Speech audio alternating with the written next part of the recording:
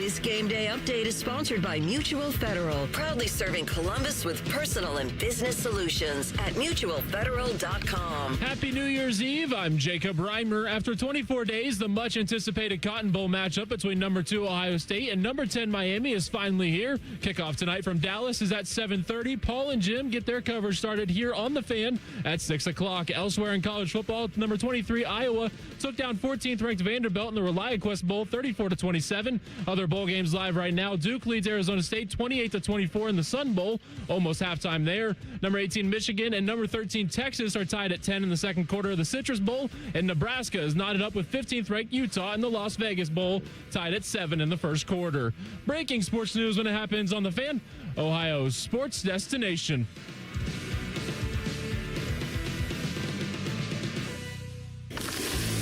Smell it? The fine aroma of a soon-to-be Buckeye victory and Rothman searing his brat. Intoxicating. This is the Central Ohio Toyota Dealers Tailgate Show. Visit Toyota.com. Toyota, let's go places. And presented by Curtis & Associates. Remember, they don't get paid unless you get paid. And by Mountain Dew. Here for the good times. Do the do. Here's Tim May, Dave Biddle, and Anthony Rothman. All right, here we go. About 3 hours and 45 minutes till kick. I'm Anthony Rothman, and I have a full house backfield with me tonight. Of course, our friend Tim May is down in Dallas. We'll be joined by him at the top of the hour or top of the second hour. Of course, we'll have the voice of the Buckeyes, Paul Keels, and the former All-American Jim Lachey, Scotty Vegas, the smartest man on the planet when it comes to handicapping these things. He'll join us at 5:15. He owes us one. He'll give us one then. To my right is the former champ himself, Joshua Perry. Welcome to the studio, my man. Man, glad to be back at it. I was saying before we got started, haven't done a show with you in a little while here, so glad to be around. Of course, Biddle, good to see you. Great to see you guys, too, man. This is a lot of fun. We were talking earlier. It's like there's been a lot of chirping, a lot of talking, as there should be. It's fun. You know, now the talking is about to be over. Now we're going to see who's doing the walking. And I cannot wait for this game, boys. It's got a little bit of fascination to it. I think we're going to kind of peel back the layers of where the fascination may be, because Las Vegas is telling us that Ohio State will roll. 9.5-point favorites. It opened at 10.5. It dipped down a little bit. But I would like to start with your general feelings about this matchup, Joshua. And I'll start it this way. It's the exact opposite for Ohio State from last year. Even though they have a similar layoff, they are coming off a loss. I get that. But now they're the team that had to play the waiting game, whereas the team they're playing catches a little momentum, wins on the road, tough atmosphere, a rock fight at A&M. How much confidence Miami got out of that win, I don't know, but just surviving may give them some confidence, especially going on the road and doing it. So I'll ask it this way. What impact do you feel momentum has for the Canes versus Ohio State trying to hold their edge as the team waiting? It's an interesting question. Like, I don't know if that's a momentum-building win if you're Miami. And I understand it, right? Like, they basically from the middle of the season on, they had to just continue to win games. And then you go down to Texas A&M, which hostile environment, wind is whipping. Like, there's some adversity there. But it wasn't that pretty of a game. Defensively, certainly they played well, but they gave up a lot of yards in between the turnovers and in between the sacks and the TFLs. And then offensively, it felt like that was them declaring, whether you want to say it was because it was windy or something else, that they didn't trust Carson Beck. A lot of their offense was, can we get the ball to Malachi Toney? Can we get the ball to Mark Fletcher, which they didn't do enough early in that game? And then can we design shots down the field to try to hit something that we think our quarterback can hit? But outside of that, we're going to take the football out of his hands. So I think for Ohio State, it was good they had this time off. They had a lot of things to work on that we'll obviously get into. But for Miami, how much momentum do you really feel outside of, hey, our defense looked pretty good? Dave, the big narrative in the layoff originally was, will Brian Hartline be a distraction now that he's got the USF job? Should he stay? Should he go? And if he does stay, what will it look like? Well, we now have a feel on what it will look like. What it will be like, that's the question I'll ask you. So Hartline comes down from the booth. He's now on the sideline. Ryan Day taking over play calls. Read into that for me. How does that unfold tonight? How smooth will it be? I don't think it's going to affect the Buckeyes much at all, and here's why. I've been told by people I trust that Ryan Day was calling most of the plays in big games, big moments this year. Now, was he calling plays against Grambling, first half against Ohio University, maybe second half against OU. I joke. But I was told by people I trust that Ryan Day was calling most of the plays anyway this year. Was Brian Hartline heavily involved? Of course. So was Tyler Bowen. So was a lot of these guys. And would Hartline call plays sometimes? Of course he would. But in big games, big moments, I was told Ryan Day was calling plays regardless. So I don't think this has much impact on the playoff. And what does Ryan Day do best? Why does he have the job at Ohio State as head coach? Because he's really good at calling plays. That's his thing, right? That's his thing. It's not like he came up like he was a good running backs coach. No, he was a good quarterbacks coach and good at calling plays. He took over as OC. And I remember thinking when Ryan Day and Kevin Wilson were like announced at the same time, I remember thinking incorrectly, Kevin Wilson was the big hire, and they're bringing in this quarterbacks coach, and Kevin Wilson's going to come in. And Kevin Wilson did have the title of OC, but it wasn't long into 2017 where Ryan Day was calling plays. Then he called plays the next year. Actually was the interim head coach. So, Anthony, long answer to your question. I don't think it affects the Buckeyes much at all. Well, let me ask you guys a question then about the Big Ten championship game and where that went a little bit sideways. It came off conservative, came off the personnel, the weapons were off the field in big times near in the red zone, not going for it on the 4th and 1 late, trying the field goal. Of course, Fielding misses that one. Joshua, so Brian Hartline, to your knowledge, would call those plays, but Ryan Day's the one saying, I want to kick this and not go for it, correct? He has the ultimate say there. Yeah, that's the head coach, right? Like, that's all the stuff that he's going to continue to do on top of, having the play sheet in his hand. But it's an interesting thing because I felt like they were conservative for most of the year anyway. Like, I think Ohio State's approach for a lot of this season was, let's maximize efficiency within drives, but it's not a big take a shot down the field. It's not, can we score as quickly as possible? It's, can we limit the amount of plays that are going to be had in this game, basically stand over the ball and take the air out of it. So what they did in the Big Ten championship felt like the way that they had played. The difference was they got in the short part of the field 3 times. They got to, the 11, the 9, the 5, and scored 3 points off of that. And that's something that you cannot do. I will say this other thing too, is I'm not sure that Carnell and Jeremiah have been as healthy as they will be tonight. And that's a factor that not enough people are talking about in terms of, well, why would you take those guys off of the field and bring in the tight ends? And it's like, I don't think I would either, but you're trying to make sure that you can save them for this stretch run of the season. So that game in terms of play calling largely felt like what I saw the entire season. Now, last year, I don't want to make it equal. The loss to Michigan was surprising. The loss to Indiana, while yes, I don't think anybody really saw it happening. We knew it could happen. Right. There was the realistic that Indiana was pretty good. But what happened last year was that they decided to say, hey, this is the no regrets playbook now. If they go down again, they're going to go down swinging. But he had Will Howard to do that with, and they lit the fuse. So I'll ask both of you, and Dave, I'll start with you. Should Ohio State start this game taking chances with the pass game? And what I mean by that is taking some serious shots. He did against UM, and I liked it, but Sane gets picked early, and it worked to start the playoff last year against Howard. Do you see that again tonight? Yes, I think you come out swinging if you're Ohio State, and I think they will, much like they did against Tennessee, much like they did against Oregon last year in the Rose Bowl. Now, you have to be balanced to a certain extent. I think Bo Jackson's going to have a big game tonight. I mean, he's another guy. I mean, he was probably had his bumps and bruises and then some toward the end of the regular season, the Big Ten championship game. He's going to look like he's shot out of a cannon tonight. But you have the 2 best, at least 2 of the best wide receivers in the country. You have a very accurate quarterback who's had some, some mediocre games down the stretch.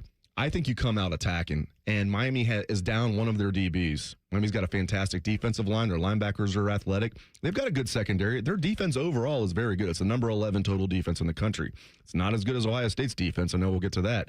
But, yeah, Anthony and Joshua, I think the Buckeyes are going to come out attacking deep tonight. Doesn't this kind of feel like the lead up to Tennessee last year, though, in terms of the way people are talking about it, where Ohio State had a game where their offense just didn't look very good, and the lines of scrimmage maybe weren't up to the expectation, and then you've got this team, and they've got first round talent on the defensive line, and it's how are we going to block them? And you talk about it for 20 days or whatever the case is.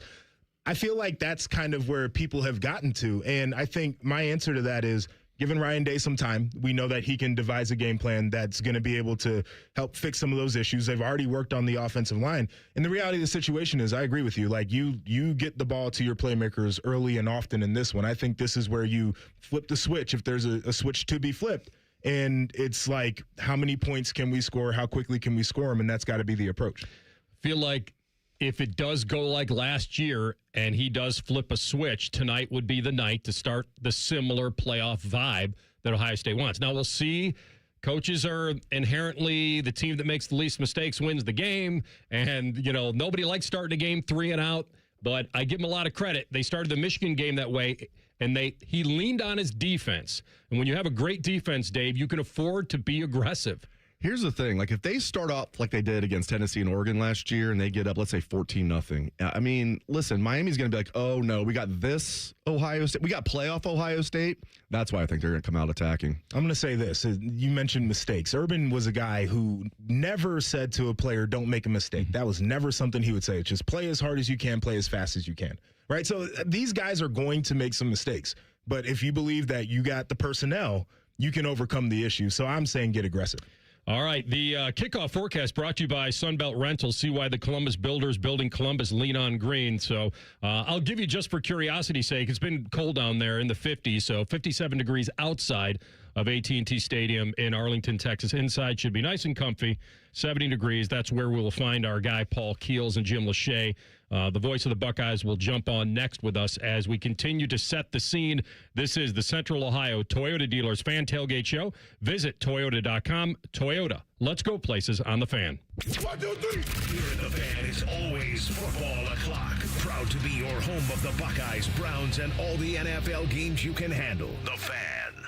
Toyotathon is on, and it's the perfect time to wrap up the year with a new Toyota. Now through January 5th, get 4.75 APR financing on any remaining new 25 RAV4 or RAV4 hybrid. Or lease a new gas-powered RAV4 LE for $279 a month for 39 months with $39.99 due at signing. With approved credit through TFS, tax, title, and license extra. Call 1-888-36-TOYOTA for details or go to Toyota.com. Toyota, let's go places. At Kemba Financial Credit Union, we care about you. Consumers like you say they don't want monthly fees for checking, and we listen. Introducing hassle-free checking with no monthly service fee. Use it as an easy place to deposit and transfer your money, along with your everyday banking needs. Plus, Kemba's expansive digital banking services make it easy for you to bank how you want.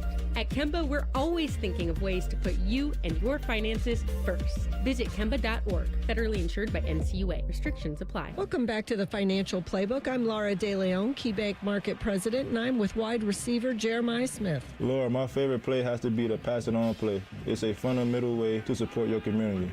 The quarterback pitches to Jeremiah, who budgets for a pass to causes he cares about, into the end zone, scoring a donation for his community. So generous. It's a play to make it if you love giving back, Laura. You heard it here, folks. Until next time, KeyBank opens doors.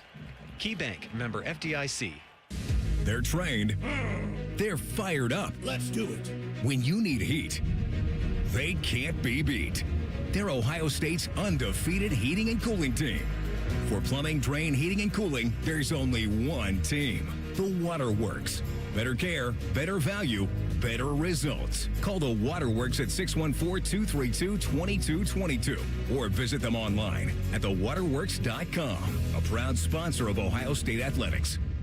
You know a thing or two about the moments in life that matter. You've seized those moments to embrace joy, accomplish great things, and build meaningful relationships. Is it time now to sit back and reflect on a life well lived? Maybe. Or maybe there's more to be done. Maybe this is the most important moment you've encountered yet. By volunteering with AmeriCorps Seniors, you can seize the moment, lend a hand, and get back more than you give. We connect you to local volunteer organizations with opportunities that fit your schedule and match your interests. Through AmeriCorps Seniors, you can support people in times of need and make your community stronger. You can become a companion to your older neighbors, brightening their days with friendship. You can even become a mentor for young people, serving as a role model and enriching their lives. Are you ready to seize your moment? Visit AmeriCorps.gov/yourmoment and get started today. We are the keepers of the wild, America's original and most invested conservationists. For more than 80 years, we've been committed to conserving wildlife and the natural landscapes that define our nation. From rugged alpine ridgelines to peaceful tall grass prairies, we've supported the conservation of more than 36 million acres of American wildlands. Our funding has led to cleaner water, fresher air, and improved wildlife habitat. From abundant fish and waterfowl populations to robust deer and elk herds, nothing is more important than maintaining wild spaces for adventurers to explore and wildlife to thrive. We are America's hunters and target shooters, stewards of the American outdoors. America's hunters and target shooters, along with firearm, ammunition, and archery manufacturers, have invested more than $46 billion to help state fish and wildlife agencies manage and protect wildlife and wildlands across America. For more information, visit outdoorstewards.org. In the old days when people lived to be 40, you only had one option for listening to your favorite show. But now, ooh, baby, radio, podcast, the Fan app, and YouTube, just to name a few, live or on demand. You have no excuses. The Fan. Fan weather. From the Logan AC and Heat Services Weather Center. To get a 10 TV weather impact alert day in place this evening and into the early part of the day tomorrow as snow showers move through the region. Watch out for slick roads and possible low visibility conditions. Temperatures fall to the teens by early New Year's Day. Highs in the 20s, but dry New Year's will be back in the 30s Friday and staying cold through the weekend. That's your latest 10 weather impact forecast. I'm meteorologist Michael Behrens on 97.1 The Fan. That was one hell of a game, huh? Start ringing that victory bell. This is the Central Ohio Toyota Dealers Tailgate Show. Visit Toyota.com. Toyota, let's go places. And presented by Curtis and Associates and Mountain Dew. Your home for Ohio State athletics. The Fan. It's time for the Big Daddy Report with the voice of the Buckeyes, Paul Keels. Sponsored by the Waterworks and Header Heating, Cooling, and Plumbing. Now together to serve you better. A proud sponsor of Ohio State Athletics. All right, down to Arlington, Texas. This man, maybe the press box for him is his own Airbnb because he has definitely spent some time there. Feels awfully comfy there. Has called some great games there, including a championship. And he's our man, Paul Keels, voice of the Buckeyes. My friend, Happy New Year a little early, but I know you're settling in. How you feeling down there? Well, same to you, Anthony, and it's good to be here. And yes, it is familiar territory, and I think after all of the waiting and all of the talk and anticipation, we're all anxious to see a football game played here. Yeah, we are. I asked Joshua in the beginning, and I'll ask you the same, because you're fairly close to these guys. You have the coach on all the time, and keeping their edge in a layoff. I know they had different motivation last year, but it's similar in that they're coming off of a loss. What is your anticipation of the edge that Ohio State brings to this playoff versus, what they had last year? Well, Anthony, if you think about it, Ryan Day has talked about trying to keep an edge all season and using what has become his catchphrases. The issues are always there. We've got things to improve on. All of the things we've heard him talk about all season. But, what was important for them is to take this in stages, correct what didn't go well in the Indiana game, continue to improve on things that they felt they've needed to improve on all season, but also to be able to play at their best as well as get healthy because, certainly there were some people late in the year that had to deal with some things being banged up, but also understanding, too, that, there were things that happened in the Indiana game that created a little bit of a roadmap for opponents like Miami to work on and just to be able to sharpen things up so that they don't run into the same problems, i.e. maybe the biggest one is getting in the red zone and being able to execute successfully in the red zone. All right, Paul, you've been down there. You've seen the crowds and the people. You've got a little bit of a vibe, so give us a vibe check. What's it looking like? What's the split going to be like in the stadium? Always nice to hear from you, Mr. Perry, and always enjoy what you do on television. It's kind of interesting, Joshua, because there's been some thought that not all of the tickets that were out there to be had have been gobbled up, probably by both sides. I think Ohio State fans, because of last year, maybe got a little content with the fact that, maybe they'd much rather go to Phoenix next week, or maybe they might want to hold their ducats and their dollars until Miami. However, having said all of that, and maybe because we're in the team hotel and where some of the tour groups are all staying, there's nothing but a glut of Ohio State fans around here. We really haven't seen a lot of the Miami fans until we got around the stadium this afternoon, where they started to become a little more present. There seems to be a feeling, Joshua, much like what we saw in 2003 down in Tempe, Arizona, that it would probably be more of an Ohio State crowd than a Miami crowd. Paul, like my many years following Ohio State football, it seems like when the Buckeyes are doubted, they're a different animal. And I say this fully recognizing they're favored by 9.5 points by Vegas. But, like, if you went online, you would never know that. It feels like Ohio State's getting disrespected to some extent. Your thoughts on that? You know, Dave, some of that may be people getting caught up with the fact that Miami is back in a position they haven't been in for a while. And, you know, we always hear, you know, is Texas back? Is so-and-so back? All of those kind of things. So that might be part of it as well. You know, seeing them come off of their only defeat of the season, the last time they were on the field, might have something to do with it as well. And all of the things that maybe the coaches had as concerns were things that really became reality in that game against the Hoosiers. And Dave, let's also throw in the fact that we've all seen and we all know that it's hard for these teams to repeat. You know, because, and this is a field, you look at this college football playoff field, I don't know that you can say there's a real dominant team out there. You know, Indiana certainly has earned and deserved to be seated where they are because of what they've done. But on the hoof, there really isn't somebody that you look at, and kind of like in 2002, where Miami seemed to be the giant killer until they ran into the Buckeyes. So, you know, the feeling seems to be that they still have to, they being Ohio State, be at their sharpest, be at their best, and be ready to play against the toughest competition that they'll see all season. He is the voice of the Buckeyes, Paul Keels, getting us ready for Ohio State and Miami. So, Paul, I asked these guys, I'll ask you the same question about maybe the strategy early on in this game. You know, sometimes the coaches like to get a feel for the game, don't like to take too many chances. But, you know, give Ryan Day some credit. Even in the Michigan game, he came out throwing the ball. Now, it didn't work. He got intercepted. He had to lean on his defense early, but it set the tone that he was going to be aggressive. And then the Indiana game comes along, and like you said, Indiana, very worthy opponent. And I kind of put him on tilt a little bit on whether they should go for a 4th and 1 or not late in the game, decides to kick and it fails. Where do you see this going tonight early? Is he going to take some chances with his weapons, or does he lean a little more on the running game and his defense early? Well, I think there's a feeling, really, Anthony, that they're going to have to get the ball in the hands of Jeremiah Smith and Carnell Tate, as well as Max Clare, to make the explosive plays happen that they weren't able to get to occur against Indiana. Also protecting Julian Sand. It's 2 straight games now that he's thrown an interception.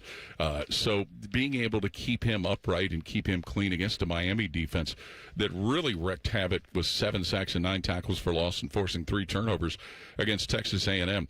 On the other side of the ball, it's going to be interesting to see what kind of aggressiveness they use in trying to get after Carson Beck. I'm sure you guys have talked about it.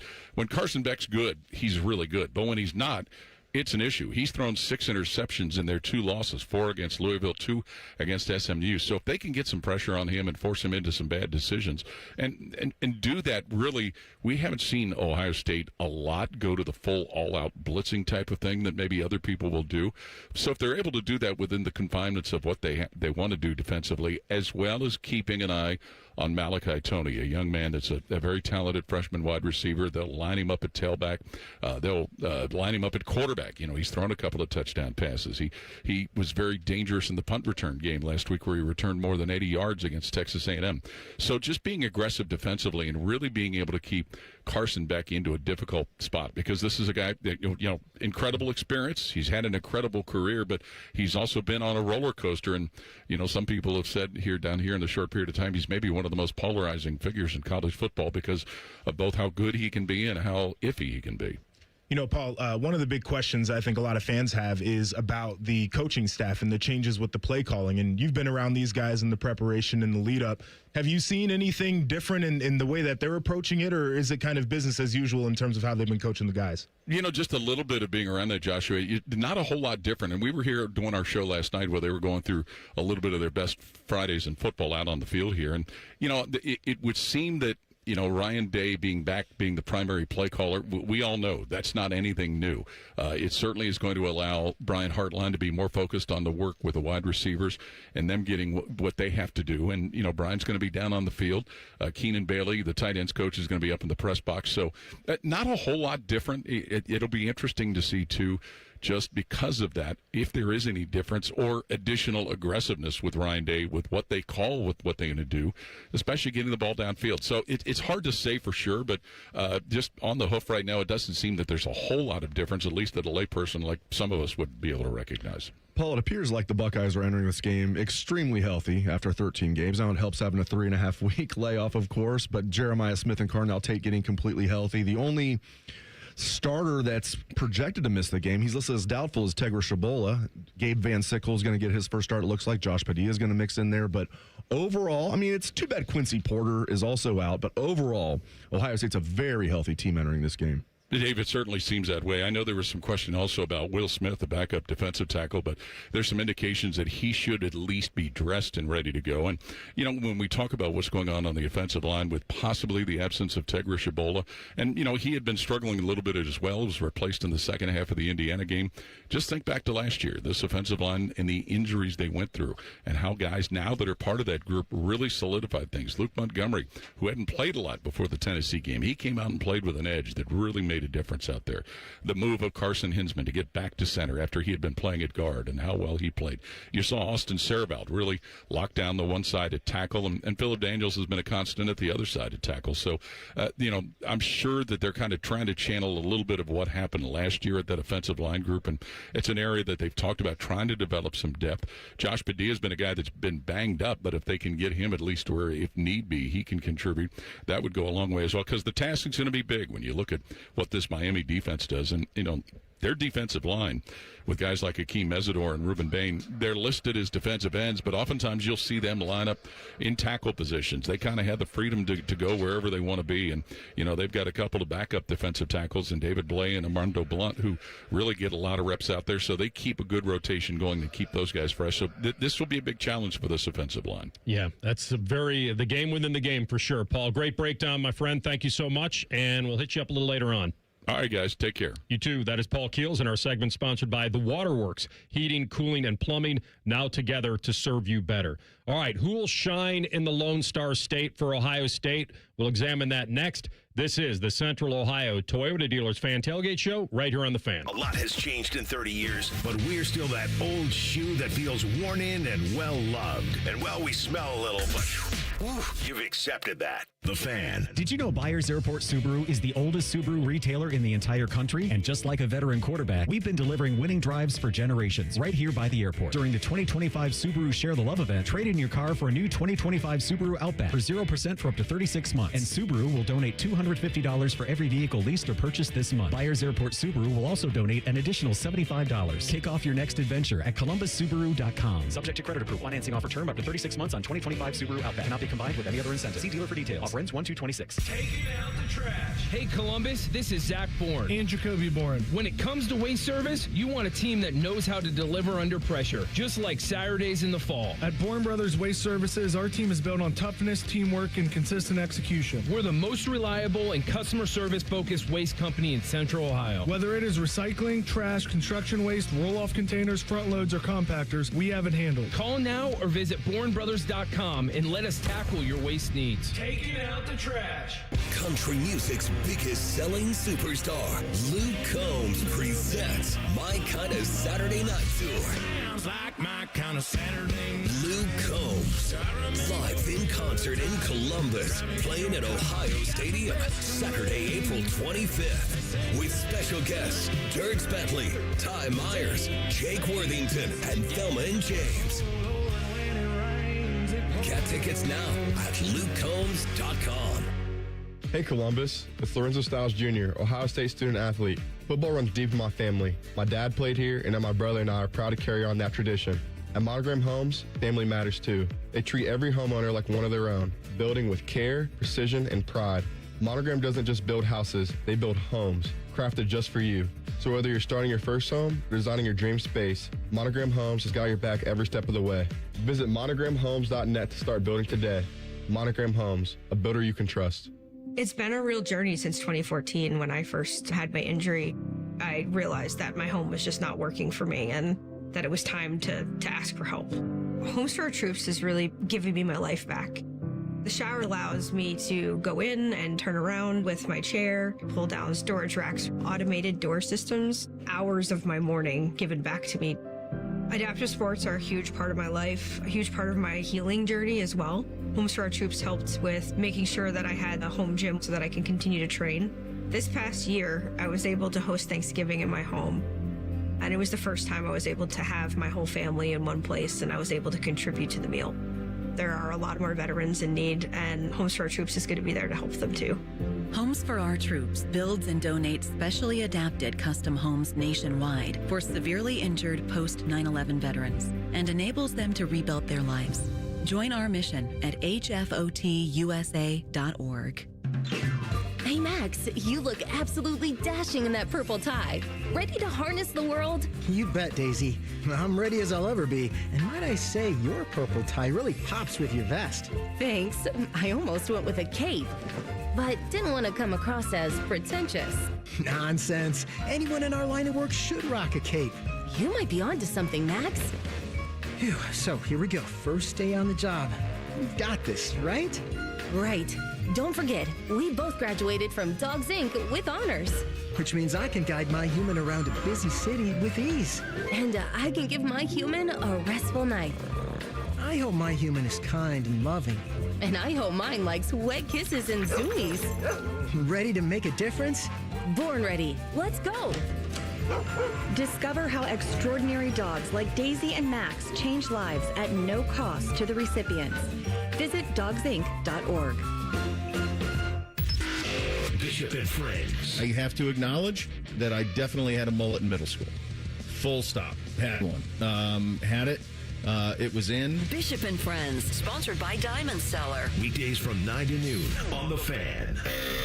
This is The Fan's Game Day Scoreboard. This Game Day update is sponsored by Mutual Federal, proudly serving Columbus with personal and business solutions at mutualfederal.com. Happy New Year's Eve. I'm Jacob Reimer. Buckeye fans, the wait is almost over as number 2 Ohio State returns to action in the Cotton Bowl against 10th-ranked Miami. Kickoff tonight from Dallas is at 7:30. Paul and Jim get their coverage started here on The Fan at 6 o'clock. Elsewhere in college football, number 23 Iowa took down 14th-ranked Vanderbilt in the ReliaQuest Bowl 34-27. Other bowl games live right now. Duke leads Arizona State 28-21 at halftime of the Sun Bowl. Number 18 Michigan and number 13 Texas are knotted up at 17 in the second quarter of the Citrus Bowl. And Nebraska is tied with the 15th-ranked Utah in the Las Vegas Bowl, tied at 14 in the second quarter. Breaking sports news when it happens on The Fan, Ohio's sports destination.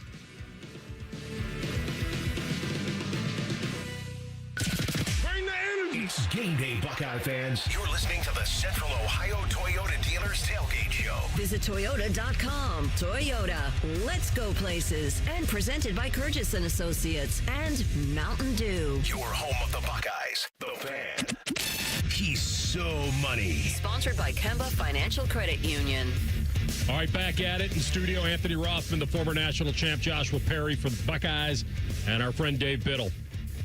And we will have Tim May later on at 5 o'clock, and we'll go down to Dallas and talk to Jim Lachey as well and really get the feel on where this offensive line is. I mean, isn't that the game tonight? Like the narrative, and I know, Dave, you mentioned this earlier about, you know, each fan base is trying to find something to hang their hat on, whether it's, you know, Miami fans calling out Jeremiah Smith for not going to their school, or whether it's them feeling disrespected for being a 9.5-point underdog, or Ohio State coming off a loss in the Big Ten championship game and how gettable they are. I do feel like, though, the fact that they don't really have to protect a perfect season anymore, I'm glad that's kind of, listen, I'm all for an undefeated season. And if they were to beat Indiana, that's what we'd be talking about, a chance to go 16-0 and be that team.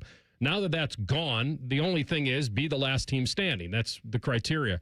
But the game within the game, the way Indiana handled Ohio State's offensive line, Joshua, where are you on Miami's defensive line being able to equal what Indiana did? I think it's kind of two different approaches. So Indiana's defense on their defensive line, they like to move a lot. It's twists, it's stunts, it's all the things to create unblocked players. And for Miami, a lot of it is, well, we got guys who are going in the first round, so we're just going to let them eat. So I think the approach on how you have to block them is different. But I think Indiana's biggest superpower in that game was the way they were able to manipulate the looks in the secondary, so Julian had to hold the ball a little bit longer.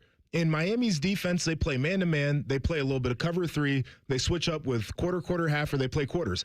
It's not the same thing in terms of the complexity. So I'm not sure that Julian's going to be in a spot where he has to hold the ball as long. The one thing I will say about Ohio State's offensive line coming out of the Indiana game, Bo Jackson, like 5 yards of carry in that game, right? So not everything was bad. Like, it was a decent day running the football, right? You have to make sure that you can protect the quarterback. But I think in terms of trying to use that game as some sort of measuring stick, we're looking at two completely different defenses here anyway. Yeah, and it's really interesting, guys, because, I mean, very well said, Joshua. You look at this Ohio State team, it's pretty rare you're going to go through a regular season, only give up 6 sacks through the entire regular season, but then Indiana gets 5. So you wonder, what's the aberration? Was it they didn't really play Murderer's Row during the regular season, and Julian Sain gets the ball out quick, or was like the Indiana game like a sign of things to come? I don't know. I tend to think if you're going to go through a regular season, only give up 6 sacks all year, you're a good pass pro line. And Ohio State's offensive line played considerably better when Gabe Van Sickle went in there, replacing Tegra. So my guess is right now, and again, the great thing about sports is we're about to find out.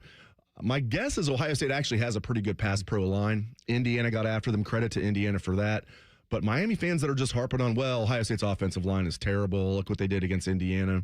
Like Joshua said, that's one game. Overall, Ohio State's been a pretty good pass pro line. Now, did they face a lot of great defensive lines? No, but Texas was good. Michigan was good. They faced some good defensive lines. Indiana was the best so far. Miami's is better than Indiana's. Sorry, Anthony. Well, listen, but no apologies necessary. But like, I'm confident the offensive line will at least get a stalemate tonight, and if that happens, it's going to be a good night for the Buckeyes. Yeah, listen, Miami went into A&M, who hadn't lost at home this year, and toughed out a win. It's a kind of a tough game to gauge because it was windy. Who did A&M play? Yeah, I don't know. I'll take a look. Notre Dame, and they had the easiest schedule in the SEC. Yeah. Like, I'm not like clowning them. They really did. I guess what my point is that they handled one of the biggest, most experienced O lines in A&M. So forget the atmosphere and all that. The fact that they won it there. Though, the thing about A&M, and part of the reason why they got caught up is Marcel Reed is a hold the football kind of quarterback. And so I think as big a part of this is when it's time to take the shots, take the shots. But when it's time to get the football out, don't sit back there in the pocket patting the football. We're going to find out, like Dave said, because the narrative is that Miami has a better O-line than Ohio State and a better D-line than Ohio State. Like, that's where they have to win the game. The D-line is what I have the biggest problem with. Yeah. And Miami has a really good defensive line. Actually, the biggest thing I have a problem with when people say Miami's offensive line I struggle has the advantage over Ohio State's defensive line. You almost can make an argument that Miami's defensive line, they're both elite. Right. But when I hear that Miami's offensive line has the advantage over Ohio State's defensive line, I just say, maybe okay, in weight. We'll see. We'll see. I mean, Caden McDonald, to me, guys, is the best one tech in the country. Not one of the best, the best. Caden Curry has 11 sacks. Kenyatta Jackson's going to be a problem tonight. And Tywone Malone, I was worried about depth on the D-line or D-tackle this year. He stepped up. As a starter, you have Edric Houston. Hopefully Will Smith Jr. is going to be okay tonight. He's been solid. Listen, I mean, we'll see who's right. But, like, I think Ohio State's defensive line has the clear advantage over Miami's offensive line. I know Caden McDonald has an advantage over the interior of Miami's offensive line. Just from watching the game tape of what I've seen, I feel like that's a matchup that Buckeye fans should like. Well, that's a huge part of this because the guy that really won the A&M game was Mark Fletcher. Like, he's the guy. Like, he got 172 rushing yards. Former Buckeye commit, and he looked good. Yeah, he did. Yeah. Yeah, and that game was physical. Like, it wasn't like some soft butter game. Like, he was good. Yeah. Miami was able to control the line of scrimmage. And a lot of A&M guys were skeptical of what the Hurricanes could do in the trenches, and they wound up winning that game in the trenches and then a defensive play at the end of the game. The one weird stat, Joshua, I'm glad you brought up, whether they had to hold the ball. I thought Indiana covered pretty well, and it maybe made Julian process things a little differently than he had all season. But they said Julian Sain held the ball for 3.4 seconds on average, which is the highest a quarterback has held the ball for Ohio State in years. Like, now, I'm not going to split hairs on 3.4 or whatever other quarterbacks did, but he's not a guy that loves to run. He can run. Sure. And so I wonder whether we will see in red zone, third and short, fourth and short, would the Lincoln Keenholz package come in tonight? I know people were calling for it last time because it wasn't working in the red zone. So if you are going to bring in kind of jumbo, then do that at quarterback as well. Right. And they didn't. Yeah, I mean, I think that should be part of the thought process there. I think anytime, especially when the field gets short, where you can bring in a running element at quarterback, it helps because you don't have the space, but then you can manipulate the numbers. You get better numbers in the run game. So that has to be a factor there. I would also say, though, like, Ryan Day, when you're coaching these guys through hey, listen, go 1, 2, 3 in the progression. If it's not there, get whatever's on the ground, right? Like, it feels like Julian has been a guy who's done that at times, but I think usually when he's trying to escape, he's looking to throw the football as well. And sometimes the best play is 3 yards of grass in front of you. And I think that has to be maybe the next step in what he does as he's working through his progressions and then escapes the pocket. Dave, he's been unflappable all year, but like Paul mentioned, he's had a couple picks in the last couple games. The Indiana game, his first instinct wasn't to maybe find the vacated spot. It was to kind of sprint right away from the blitz. Where do you see his evolution tonight as far as taking on playoff pressure now? He's handled pressure. Texas game in the opener, Michigan game on the road, he comes back from a pick. The Big Ten championship game, obviously there's a lot of experience there, but what do you see now for him versus what we had last year in Will Howard? Yeah, I mean, obviously he's not going to major in running the ball, but like when he has a clear first down, I'm sure they've coached this in him, like, go get it. He's shown it at times this year, just not enough. Like, he's willing to go. He did it once in the Michigan game. There's a couple other times. So it's like he hasn't done it. But, like, if you have a clear first down, go get it, move the chains. I think Sayan's going to play well tonight. You know, you look at the short yardage and red zone situations are a concern of mine, though, because you look at the Ryan Day era as a whole, Ohio State's offenses have been explosive and overall been very good. If you're a Buckeye fan, that's the bottom line. Ryan Day's offenses have been very good. But the one exception to the rule as far as red zone and short yardage was last year. Guys, they were really good at it, you know, and like Joshua said, when your quarterback is a threat to run the ball, that changes everything. And did Will Howard have a lot of rushing yards last year? No. Did he get a lot of first downs with his legs? Yes. Touchdowns with his legs? Yes. And then that opened it up for the best tailback tandem that I've ever seen at Ohio State. I missed Archie and Pete, and Quinshawn and Trey. So they were good last year in short yardage. They were good last year in the red zone. But pretty much every other year they have not been. So that is one of my concerns tonight for the Buckeyes. Yeah, we're going to have to watch that tonight when they get in there. And will they even attempt a kick tonight? Like, I wonder if it has to be like so perfect. Like, it's got to be like 4th and 8 at the 26 or 28. Like, maybe he can make it. He's got leg, but it's too far to go for it on 4th down. Like Oregon last year, they get up like 28-0 or something. Okay, we'll let them kick now. Because on the other aspect of this, though, and this is real, if you stay away from him in typical kicking situations and you go for it and it doesn't work, then you almost feed more into the no confidence in him. 100%. So that if you need him later in a close game, so maybe the best thing to do is if it's a normal kicking opportunity, you don't even think twice. You send him out there and you play the situation game. If he's good, you ride it. If he's bad, then you decide later. This is part of what I struggle with. I think that's been mostly their approach, too, is trying to build confidence into him. I struggle with specialists to begin with because I watch these dudes during practice standing there with their helmets, chilling while we're busting our ass. And so it's like, you got the one thing to do, you got to do it. But in this situation, 100%, the mentality of your kicker is the most important thing. So if you're around the guy and you feel like he needs to get those confidence kicks, put him out there. Yeah. Like, don't try to hide him from the world and then expect to trot him out there in a big-time situation. That's right. Yeah. All right, well, we'll see. He's So Money is sponsored by Kemba Financial Credit Union. We'll find out if he has a money moment tonight. We'll come back and we'll go back to Arlington and talk to our guy, Jim Lachey, and talk about that right side of the line and the rotation and everything that Jim Lachey expects tonight out of that O-line. This is the Central Ohio Toyota Dealers Fan Tailgate Show. Visit Toyota.com. Toyota, let's go places on the Fan.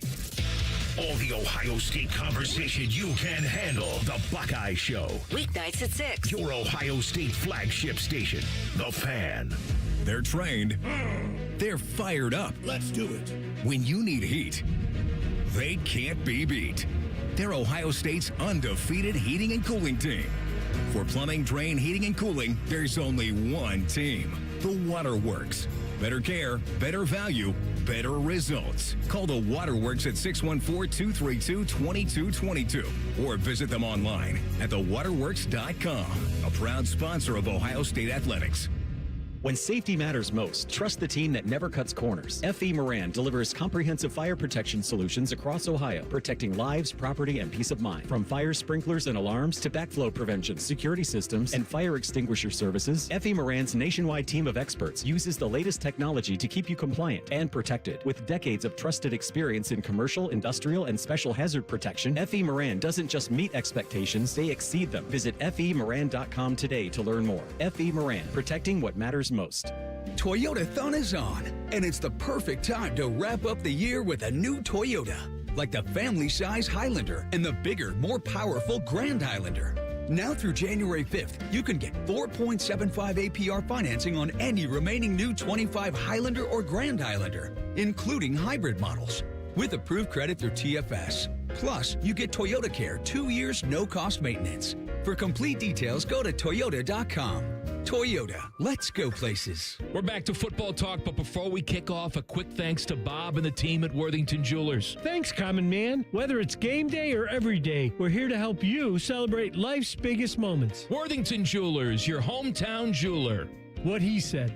When you need a mini excavator or a not-so-mini excavator, lean on Green, Sunbelt Rentals. With the largest rental fleet and hardest-working equipment experts in Columbus, we can help you take a big step toward a mini excavator in one of 17 different sizes, from 2,000 to 18,000-pound machines, with 6 to 24 feet of reach and 5 to 15 feet digging depth. Though in the most rental locations, and it's no wonder the Columbus builders who are building Columbus lean on Green.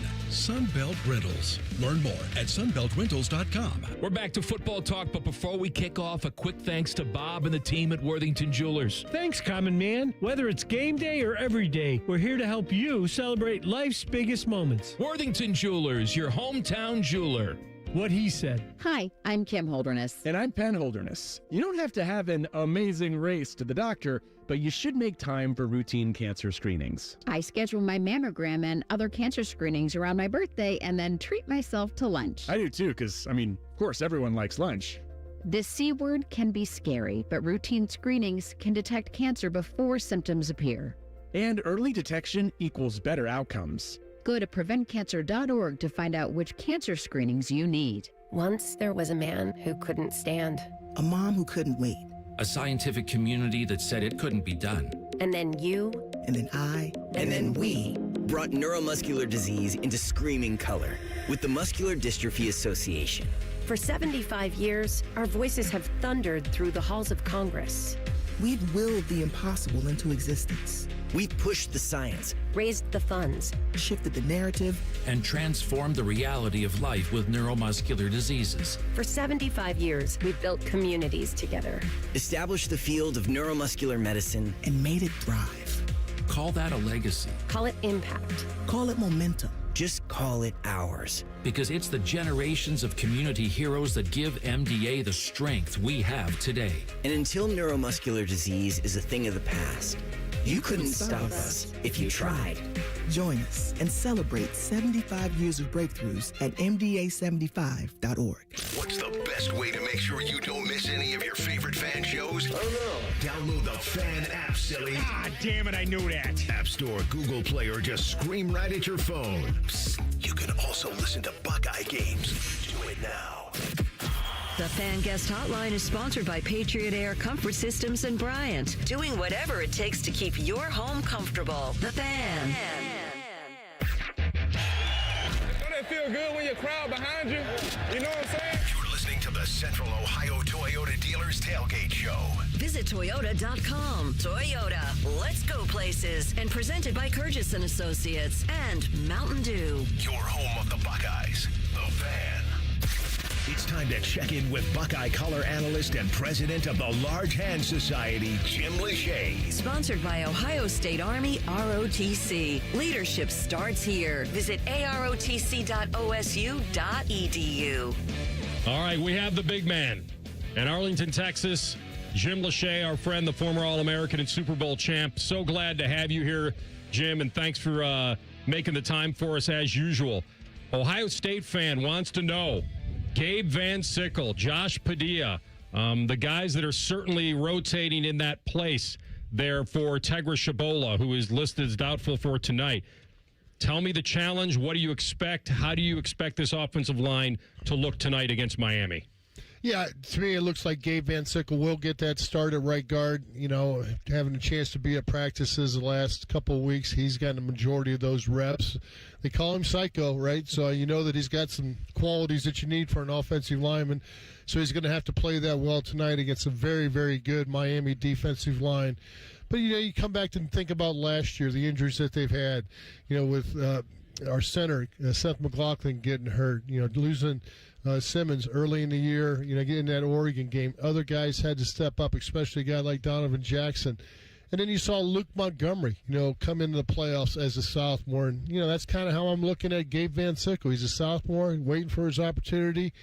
As Joshua can tell you, there's great backups at Ohio State.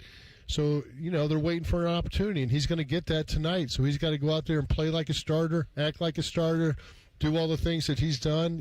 There's a reason he's here at Ohio State. He's been developed this year. He's had a lot of practices underneath his belt. Now it's go time. Now it's to go out there and put it on film and have a great game against a very good interior front and obviously the edge players that Miami has. So it's going to be a challenge not just for the right guard spot, but for everybody across the board. And I expect, that, play calling, that to move the pocket around a little bit. Don't try to stay in there 5-6 seconds for some deep shots. Move it around a little bit. Throw on time and get the ball out of that pocket. You don't want to stay there and give them opportunities to make plays. You want to make sure you're kind of controlling the tempo offensively. And you got to be able to run the ball too. Open up the perimeter a little bit.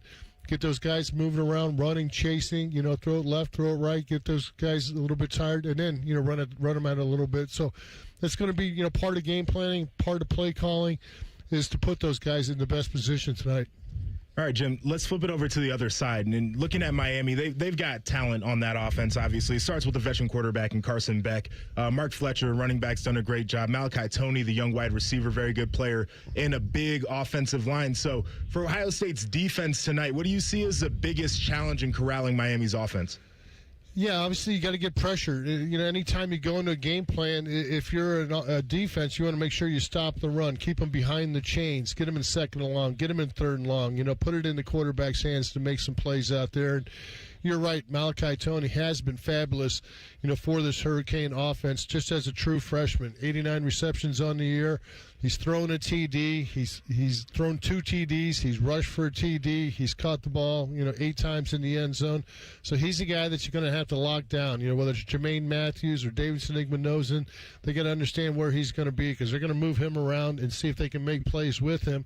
Mark Fletcher was fabulous last week. He controlled the tempo on a very windy day against Texas A&M. He was a difference maker, career high 172 yards in that ball game. So he's a guy that you can't let break out and make plays.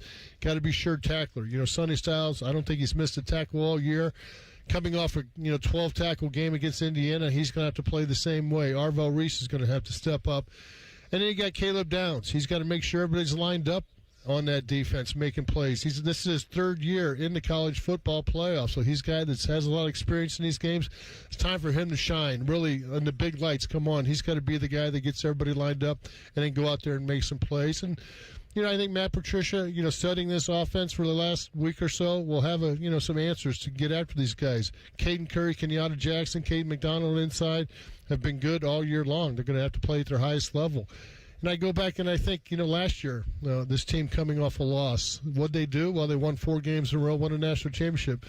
Start the year with a 12 games. So that's 16 games they won. They had, a little bit of fire to them. And I think that's going to have to be the case, again, if they want to make a run here and be the only team in the history of the program to win at Ohio State back-to-back national championship. So you get one shot, you get, one game at a time. But tonight they got to go out there and really play as a team. Jim, going back to Gabe Van Sickle for a moment, what stands out about him from your vantage point? And also, do you expect to see Josh Padilla rotate in the game tonight? There's possibilities. I think that, both those guys have had reps, during practice. I think majority of the reps have went to Van Sickle, so he's got to be ready to go because you're a play away. Busted chin strap, your helmet comes off, whatever. You got to have somebody that can run in there and finish. And I think, he's going to be that next man up. He should be healthy. He had that shoulder injury, towards week 7, week 8, so he missed a little bit of time. But I think he's back, trying to get that shoulder healthy and then go out there and get his technique good. So I think he's going to be ready to go and play. But right now, what I see out of Gabe Van Sickle, I see good feet. I see some strength and power. I think he finishes blocks well. Obviously when they call him Psycho or Sicko, he's able to, finish things, and that's going to have to be the case today. Taking care of that first level, the defensive lineman, and taking those guys up to that second level into the linebacker area and make plays and stick on blocks, by, having good technique, having good balance, using your feet and running your feet through contact, all those type of things you need to be a good offensive lineman. I think he's shown it, but now you got to do it on game day, right? Practice is one thing. Game day is a totally different thing. Now you got to go and perform, and I expect him to go perform along with this whole offensive line to go out there and do what they're trained to do. Well done, my man. We'll let you get ready and gear up for the big game tonight. Thanks, Jimmy. Thank you, guys. That is our friend Jim Lachey, presented by Ohio State Army ROTC. Leadership starts here. Visit arotc.osu.edu. Ohio State hasn't allowed an opponent to score more than 16 in a game this season. That doesn't bode well for Miami. I mean, they're playing their fifth game against a top 40 scoring defense, and we know where Ohio State is. They're way up high in the top 5, maybe the best overall. The most the Hurricanes, and I'm looking at their schedule, the most that they've managed to score in any of those 4 previous games was 27. That was in the season opener against Notre Dame. Are you guys more confident in Ohio State's defense versus their offense, or Ohio State's offense versus their defense? It's always going to be Ohio State's defense is where my confidence is. And as you mentioned, what they've done this year has been remarkable in terms of scoring defense, but they make it hard in every facet of the game. It's a difficult front to try to run on. It's difficult to diagnose what they're doing in the secondary to try to throw on them. And once again, Miami certainly had success running the football against Texas A&M. That was a defense that I looked at all year long, and I said their run fits are a little bit off, guys getting out of gaps. It's not a very sound defense. Ohio State makes you earn it. So my confidence is in that Ohio State defense. I agree 100%. When I think about this game, and I thought about it a lot, obviously, over the last week, and I started to have a little trepidation, I think, man, this Matt Patricia defense against this Miami offense, and it's not a bad offense. It's a good offense. Number 34 total offense in the country, but Ohio State's defense is the number 1 defense in the country in basically any metric that matters. So I definitely have more confidence in Ohio State's defense against Miami's offense. All right, he's planted his flag down there in Big D. Our friend Tim May will join us next as we continue here. This is the Curtis & Associates Fan Tailgate Show. Remember, they don't get paid unless you get paid, right here on The Fan. If the sound of another man slammed against plexiglass turns you on, you've come to the right place. Proud to be your home for Jackets hockey. The Fan, Ohio sports destination. Hey Columbus, it's Lorenzo Stiles Jr., Ohio State student athlete. It's football season, and just like on the field, success starts with the right game plan and the right team. That's why I'm proud to team up with Monogram Homes. They're the true custom home builder, bringing precision, creativity, and attention to every detail, just like we do on Saturdays. If you're ready to build, don't settle for standard. Go custom. Go Monogram. Visit monogramhomes.net to start building today. Monogram Homes, a builder you can trust. Taking out the trash. Hey, Columbus, this is Zach Bourne. And Jacoby Bourne. When it comes to waste service, you want a team that knows how to deliver under pressure, just like Saturdays in the fall. At Bourne Brothers Waste Services, our team is built on toughness, teamwork, and consistent execution. We're the most reliable and customer service-focused waste company in Central Ohio. Whether it is recycling, trash, construction waste, roll-off containers, front loads, or compactors, we have it handled. Call now or visit bournebrothers.com and let us tackle your waste needs. Taking out the trash. Toyotathon is on, and it's the perfect time to wrap up the year with a new Toyota. Now through January 5th, get 2.99 APR financing on remaining new 25 Tacomas. Excludes TRD Pro and Trail Hunter. Or lease a well-equipped 25 Tacoma SR5 for $259 a month for 39 months with $39.99 due at signing. With approved credit through TFS. Tax, title, and license extra. Call 1-888-36-TOYOTA for details or go to Toyota.com. Toyota, let's go places. I lost count of how many foster homes I lived in. 20, maybe more. Each time, a new family, a new room, but never a space that felt like mine. There are more than 100,000 children in foster care waiting to be adopted. The Dave Thomas Foundation for Adoption is working to help find them a permanent home. Now I have my own room and decorated it myself. And just like my family, it's mine to keep. If you have room in your home or your heart, see how you can help at davethomasfoundation.org. Hey guys, 13-year NFL veteran and Super Bowl champion Jason McCourty here, and I'm an innovation ambassador at FAIR, Food Allergy and Research Education. I would say the most challenging thing as a parent of a kid who has a food allergy is probably the ignorance that I myself had in the beginning. I didn't know what anaphylactic shock was. I didn't know the dangers, let alone the things that she needed to be able to have a normal life. When you go to drop your kid off, on every single time in the beginning, we'd have to go through everything she was allergic to. Preparation is everything. And me, for playing football for 13 years, it was all throughout the course of the week. It's getting ready for game day. When you're on the field, you're playing for your fans. At home, you're playing for your family. My playbook, read labels, keep it allergy friendly, and have an epinephrine nasal spray as a backup plan. Because when my family's safe from food allergens, that's the real victory. Visit foodallergy.org to learn more. We asked parents who adopted teens to share their journey. Nathan has taught me to embrace the moment. Age-wise, I'm in my late 60s. I'm old enough to be his grandfather. Will he be embarrassed to acknowledge me as his dad? I think the most important thing we can do is let them know that they're safe, that they're valued and cared for and loved, and that they're important. I knew I wanted to be adopted by him because of how he taught me to be the person who I am today. And it's coming from a dad that didn't expect to become a dad, and I feel very proud to be his son. That was what he needed, and he was what I needed. Every day is full of new opportunities. That's what it's been about, realizing the simple things that it takes to make such a huge difference in these kids' lives. Learn about adopting a teen from foster care at adoptuskids.org. Brought to you by Adopt US Kids, the U.S. Department of Health and Human Services, and the Ad Council. Broadcasting from the Lindsay Honda Studios. Honda makes the cars, Lindsay makes the difference. Visit lindsayhonda.com. WBNS-FM, HD1 Columbus. This is the Fans Game Day Scoreboard. This Game Day update is sponsored by Mutual Federal, proudly serving Columbus with personal and business solutions at mutualfederal.com. Happy New Year's Eve. I'm Jacob Reimer. After a long 24 days to prepare, the wait is almost over as the second-ranked Ohio State football team gets ready for the Cotton Bowl against number 10 Miami. Kickoff tonight from Dallas is at 7:30. Paul and Jim get their coverage started here on The Fan at 6 o'clock. Elsewhere in college football, number 23 Iowa took down 14th-ranked Vanderbilt in the ReliaQuest Bowl 34-27. Other bowl games live right now. Duke is up on Arizona State 28-24 at halftime of the Sun Bowl. Number 18 Michigan and number 13 Texas are tied at 17 at halftime of the Citrus Bowl. And Nebraska trails 15th-ranked Utah in the Las Vegas Bowl 17-14 in the closing minutes of the first half. Breaking sports news when it happens on The Fan, Ohio's sports destination.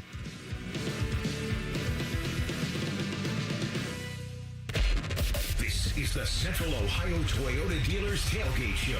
Visit Toyota.com. Toyota, let's go places. And presented by Curtis and Associates and Mountain Dew. Your forever flagship home of Ohio State athletics. The Fan. All right, back at it. The Toyota Fan Tailgate Show presented by Mountain Dew. This man may be all jacked up on Mountain Dew. He's our friend Tim May, and he's down there subletting the booth, and we feel good about that. How you feeling, my man? Happy pre-New Year. I'm feeling great. I had a little bit of a cold over the Christmas holidays, thanks to a guy I sat to at the Big Ten championship game. I'm all over that, but I still lose my voice every now and then, which is good news for you guys. You sat next to Patrick Murphy at the Big Ten championship game, huh?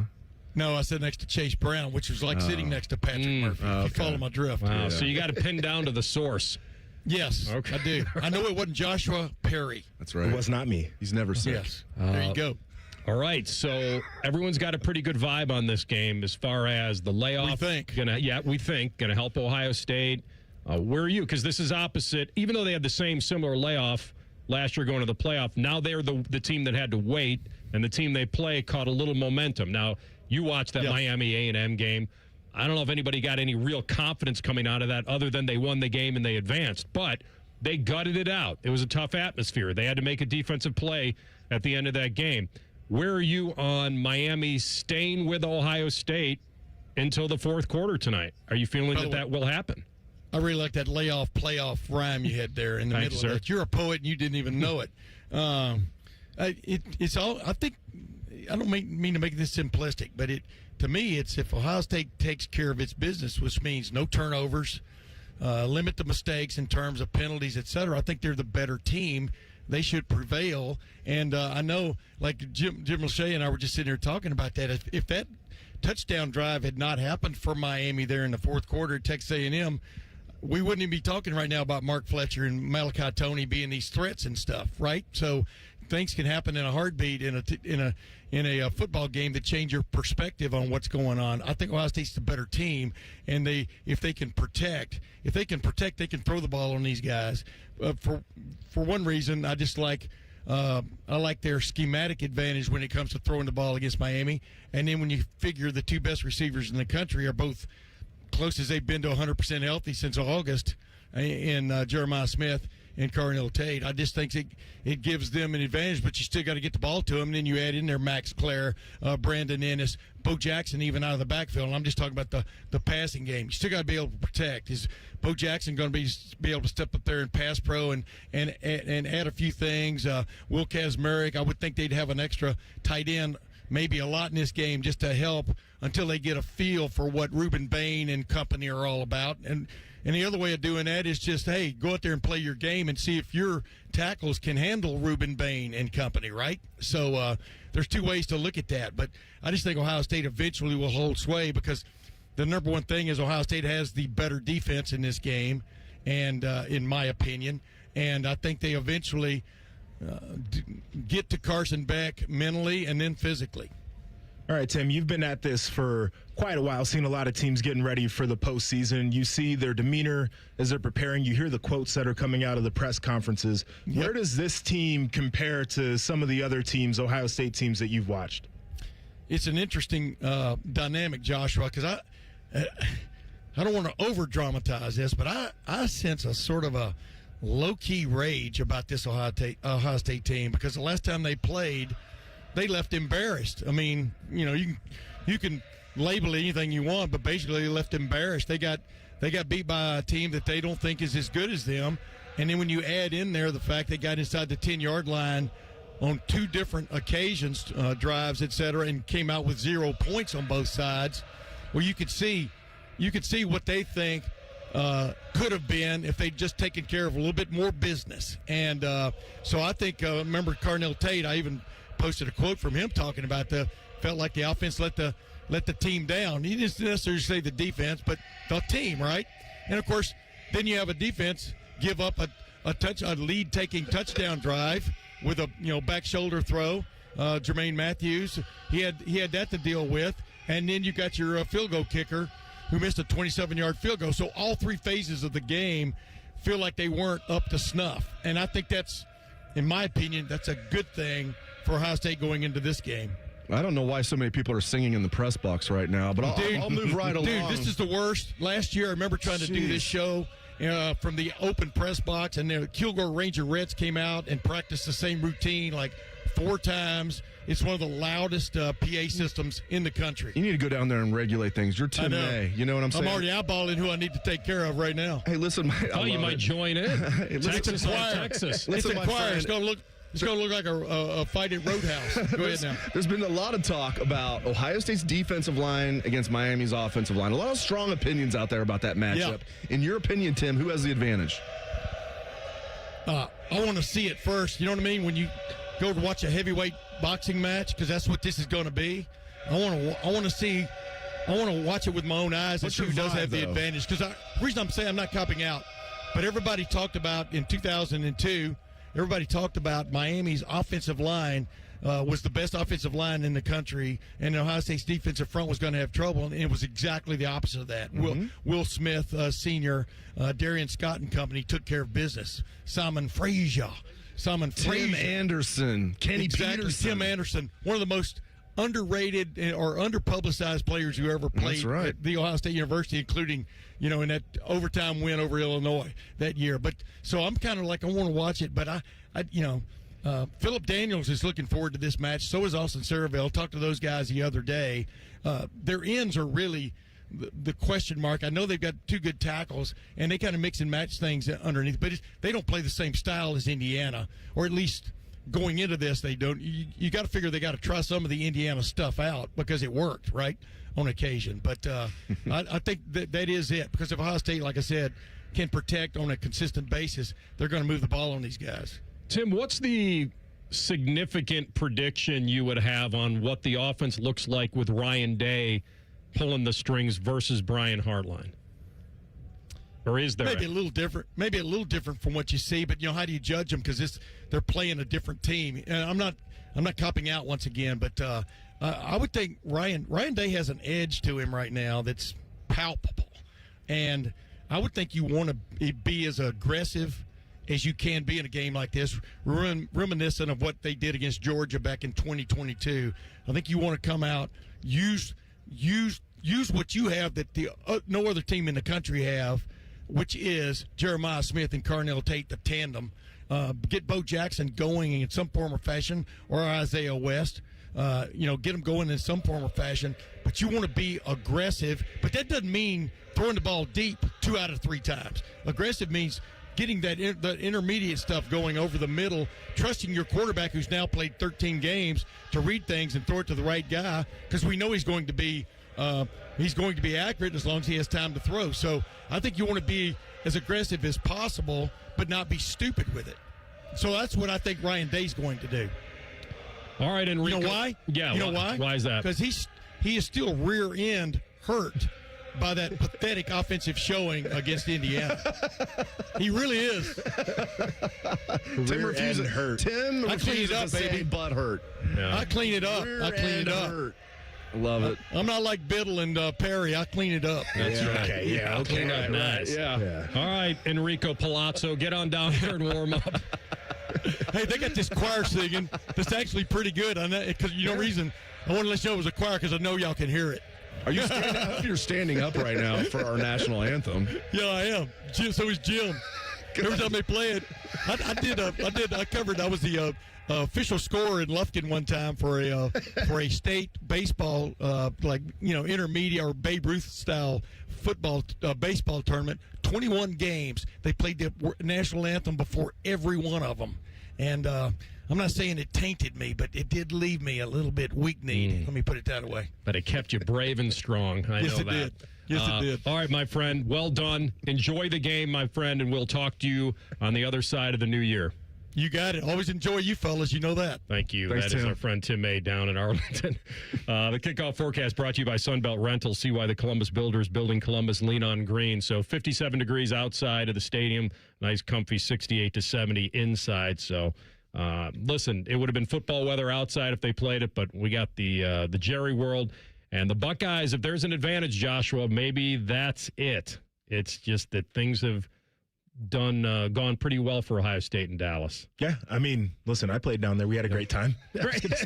Yeah, it was a great time. So, I mean, I will say, I think there is a comfort to having been in all of these big environments. What they did last year, like, there's a comfort walking into this. What they do seems like every year, these guys just have a plan. They know how to handle the time off. They know how to travel. They'll be A-okay.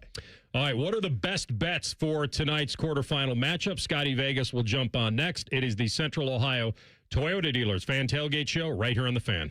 Bobby Carpenter demands that you watch Morning Juice on YouTube. If you don't, Tito will move into your house. Live at 6 a.m. on YouTube and streaming on the Fan app. Our clients deserve for us to care, and they deserve to feel serviced. They have questions, and they deserve answers. We're counselors first because I'm not selling them anything. I'm trying to teach clients how to protect themselves. At Curtis & Associates, we're personal injury attorneys. We've helped and continue to help hundreds and hundreds of clients every year. That's important to us. If you've been injured in an accident and it's not your fault, call now. 614-GOT-HURT. That's 614-GOT-HURT. Curtis & Associates, attorneys who care. They're trained. They're fired up. Let's do it. When you need heat, they can't be beat. They're Ohio State's undefeated heating and cooling team. For plumbing, drain, heating, and cooling, there's only one team. The Waterworks. Better care, better value, better results. Call the Waterworks at 614-232-2222 or visit them online at thewaterworks.com. A proud sponsor of Ohio State Athletics. Welcome back to the KeyBank Financial Playbook with Jeremiah Smith. This play is called the rainy day out because everyone needs an emergency fund for a rainy day. Jeremiah fakes left, past impulse buys and subscriptions, then gains 3 to 6 months' expenses right into the rainy day fund. What a gain! That's money in the bank. Poetry in motion, JJ. Until next time, KeyBank opens doors. KeyBank, member FDIC. Mommy, can I sit in the front seat just this one time? Please, please, please. No, not yet. But why? Because I love you, and you're just not ready yet. Now, get in the back so I can get you in your car seat, please. Putting your kids in the right seat for their age and size is an act of love. Check that your kids are in the right seat at NHTSA.gov/the right seat. Love protects. A message from NHTSA and the Ad Council. In honor of all those we've lost to cancer and those still fighting and thriving, like basketball analyst and cancer champion Dick Vitale. I want to beat cancer. I'm going to beat it. That's no doubt in my mind. I'm going to win this battle. Defeating cancer will take all of us. Join our team to help fund game-changing research that saves lives. At the V Foundation, V is for victory over cancer. V is for victory over the odds. V is for victory over health disparities, victory over setbacks, victory over the unknown. V is for victory over giving up. Don't give up. Don't ever give up. Donate to the V Foundation to join our team and help save lives. Cancer can take away all my physical abilities. It cannot touch my mind, it cannot touch my heart, and it cannot touch my soul. 100% of donations fund game-changing cancer research. Donate now to the V Foundation at v.org. Some journeys start small, with small pause and big purpose. Look how little you are, you sweet girl. Every great partnership begins with the first step. Bella, let's go. Guiding them through the world so one day they can guide someone through life. With shared experience, confidence grows, and the path becomes clear. It takes time, patience, and love. But the reward lasts a lifetime. Hey, good girl, Bella. You don't just raise a puppy. You raise a future. Become a Dogs Inc. puppy raiser. Give a dog a purpose. Give someone hope. Learn more at dogsinc.org. Attack and dominate. Morning Juice is on YouTube and 10 TV Plus. Sponsored by Riverside Bank of Dublin. Join Bobby Carpenter and Tito weekdays starting at 6 or watch on demand. More Bobby, less commercials. The Fan. Fan weather.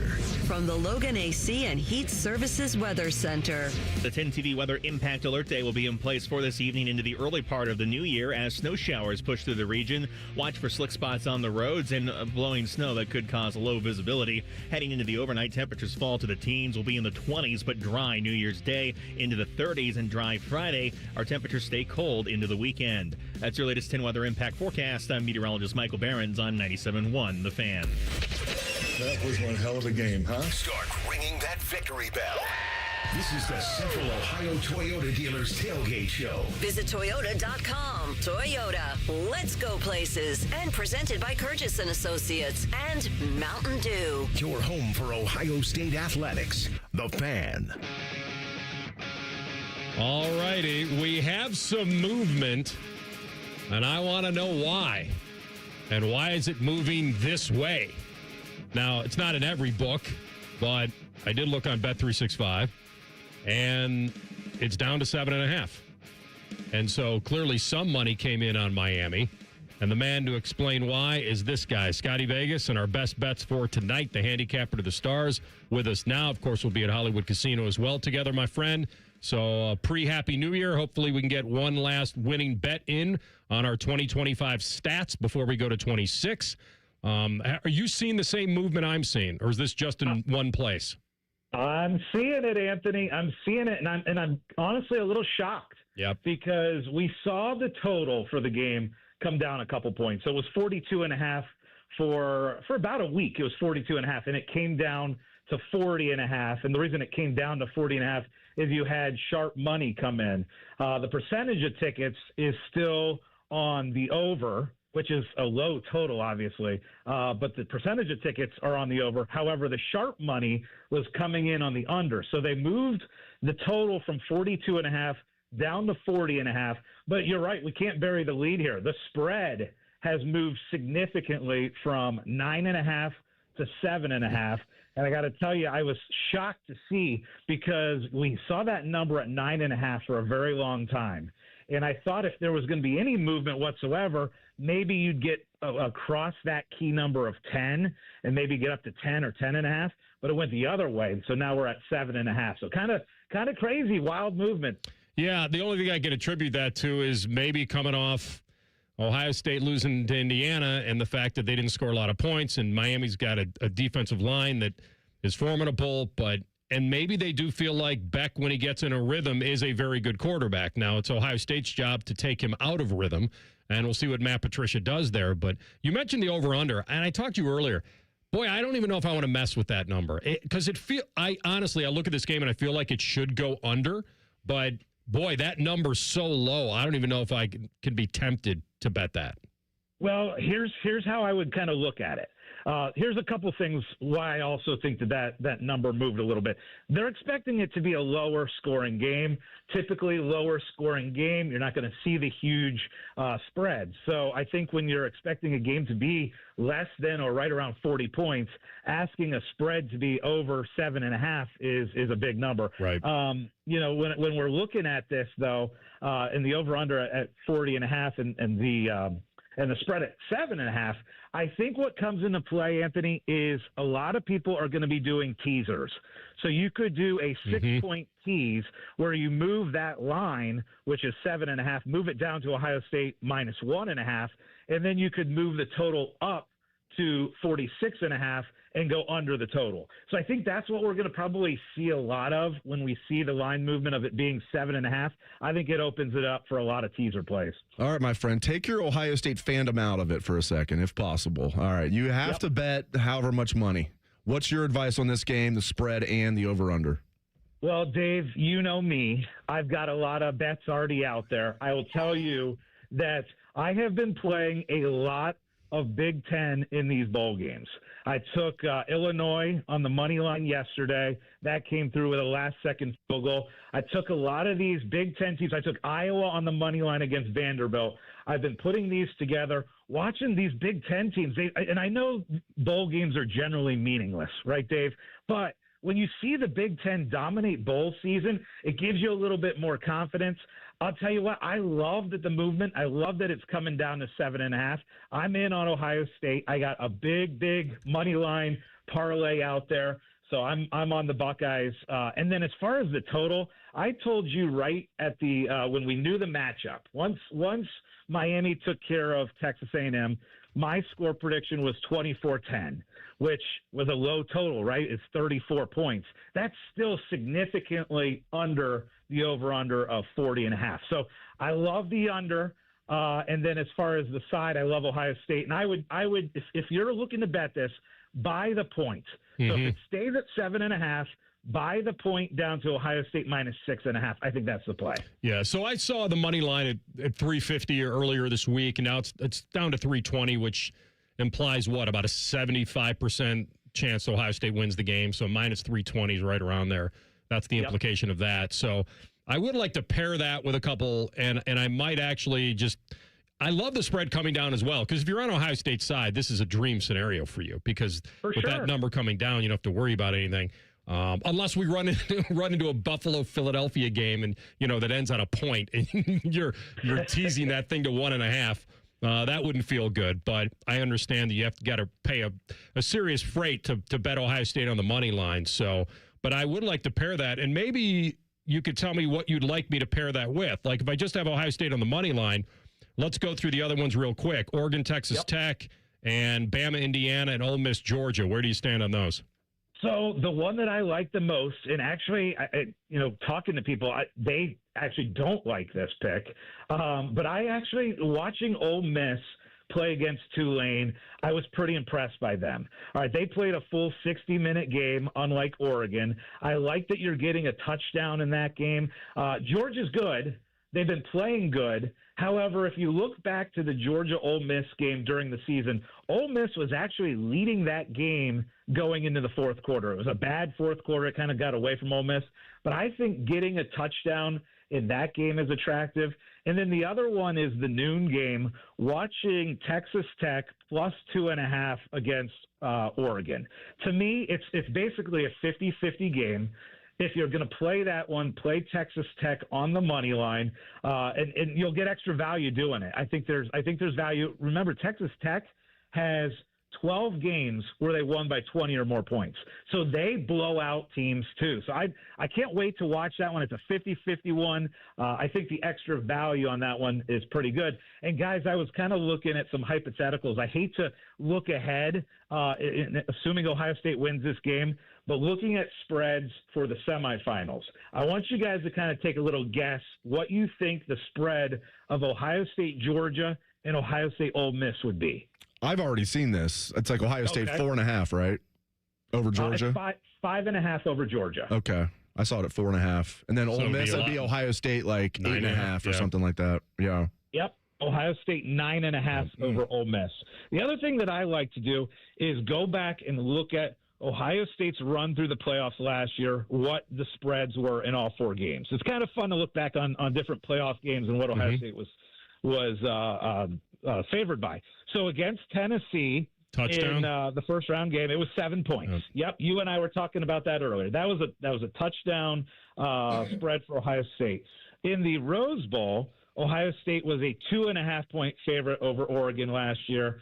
4.5 in the Cotton Bowl in the semis against Texas, and then 8 against Notre Dame. So those are your playoff spreads from last year. Ohio State obviously covered all 4, and other than Texas, they covered all 4 very easily. So I think we all believe that they win the Indiana game if they could run the ball effectively, especially in short yardage situations, which they didn't against Indiana. And then it kind of flustered them, and it forced them into a conservative feel at the end of that game where they left it up to a kicker. Now, it was a 27-yarder. He's got to make that. But I'm just getting your thought on whether you think Ohio State, is there any play here if I want to play the over-under? What if I play the team settle in the first half and I play the under 20.5 in the first half? Yeah, I like it. I mean, Anthony, to be honest with you, I love the under throughout the game. Like, I know it's down to 40.5, and you look at it and you're like, oh my gosh, 40.5 is such a low total. But we're talking about Ohio State, who's number 1 in yards allowed defensively. And you're talking about Miami, who's also great defensively. They're actually number 7 in the country in yards allowed. So I just expect this one to be relatively low scoring. I mean, I've got it 24-10, which again is a total of 34 points. I just believe, guys, that the way to play this is the teaser. Move that 6 points. Move that line, which is 7.5, down to 1.5. And I know you talked about, oh my gosh, what if it lands on 1? If it lands on 1, Anthony, you and I are taking our big bowl of nachos that we're going to get at the casino, and we're going to throw it at the big screen. That's what's going to happen if they win by 1. Throw it at Justin. You don't have to look too far, because last weekend the Eagles beat the Bills 13-12, and the Bills went for 2. And if they get it, they would have won 14-13. And I think a lot of people laid the 1.5 with Buffalo. So if they would have scored, that would have come back to haunt them based on not betting the money line. But I'm with you. It's rare that it would come down to that. What's the weirdest thing that you think can happen as far as this game? Do you think, obviously, what would surprise you more? Miami winning the game or Ohio State blowing out Miami? For me, the bigger surprise would be if Miami pulled off the upset. I think there's a higher likelihood that Ohio State wins this game by 17 or more. I agree. If you're talking, I was going to say, what do you consider? Are we talking 59-0, like 2014 Big Ten championship game? Are we talking like 17? I agree with you. I'll give my prediction later. I agree. I think there's a better chance Ohio State blows them out, especially if we're considering 17, 20 points a blowout than Miami wins. But we're about to find out. Because think about this, guys. So we're talking about value and all this stuff. And Ohio State had a bunch of playoff blowout wins last year, right? The Rose Bowl, that Tennessee game. It might not be crazy to start thinking alternate line where you get additional money on Ohio State. And what I mean by that is you can move the line. It's 7.5. You could move it to Ohio State minus 9.5. Maybe you move it, and it's called a ladder bet, and you move it up to Ohio State minus 13.5. If you expect them to pull off a big win, you can get some serious value doing that. Good job, my friend. I'll see you soon at the casino, baby. I can't wait. Let's go. Thanks. That's Scotty Vegas. By the way, a lot of people already have it locked in at 9.5. They should have waited. Yes. But who knows? Maybe they'll win anyway. And by the way, he mentioned like what would be more shocking. If Miami wins the game, they're plus 260, which implies about a less than 30% chance to win the game. But they're plus 260.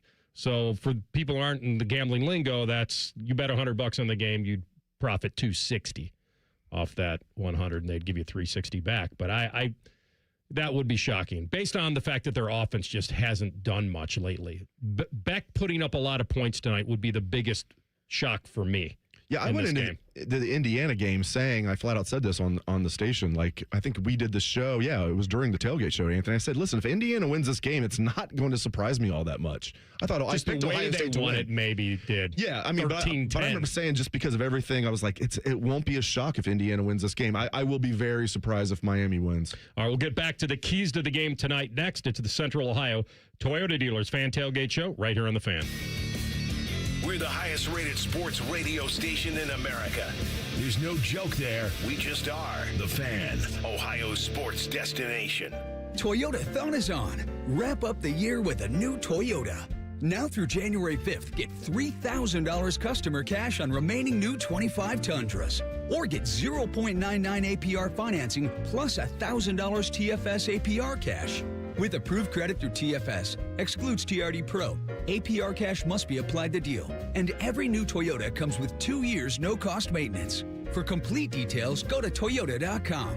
Toyota, let's go places. Taking out the trash. Hey, Columbus, this is Zach Bourne. And Jacoby Bourne. When it comes to waste service, you want a team that knows how to deliver under pressure, just like Saturdays in the fall. At Bourne Brothers Waste Services, our team is built on toughness, teamwork, and consistent execution. We're the most reliable and customer service-focused waste company in Central Ohio. Whether it is recycling, trash, construction waste, roll-off containers, front loads, or compactors, we have it handled. Call now or visit BourneBrothers.com and let us tackle your waste needs. Taking out the trash. At Kemba Financial Credit Union, we care about you. Consumers like you say they don't want monthly fees for checking, and we listen. Introducing hassle-free checking with no monthly service fee. Use it as an easy place to deposit and transfer your money, along with your everyday banking needs.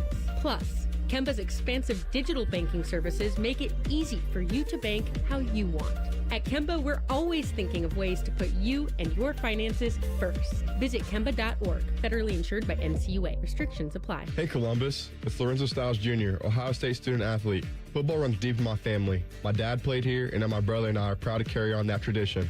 At Monogram Homes, family matters too. They treat every homeowner like one of their own, building with care, precision, and pride.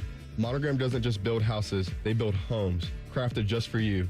So whether you're starting your first home or designing your dream space, Monogram Homes has got your back every step of the way. Visit monogramhomes.net to start building today. Monogram Homes, a builder you can trust. In Columbus, how you roll up on game day matters. And with Polestar are redefining the driving experience.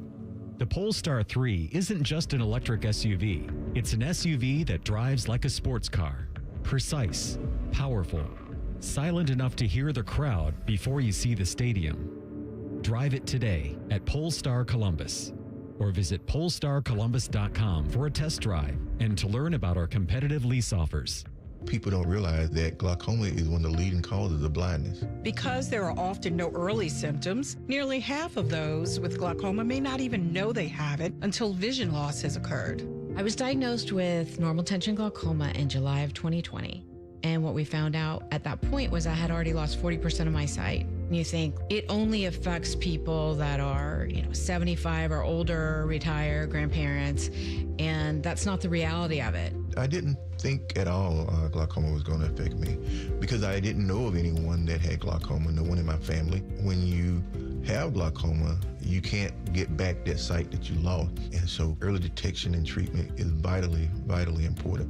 Don't miss life's most beautiful moments. Schedule an eye exam today.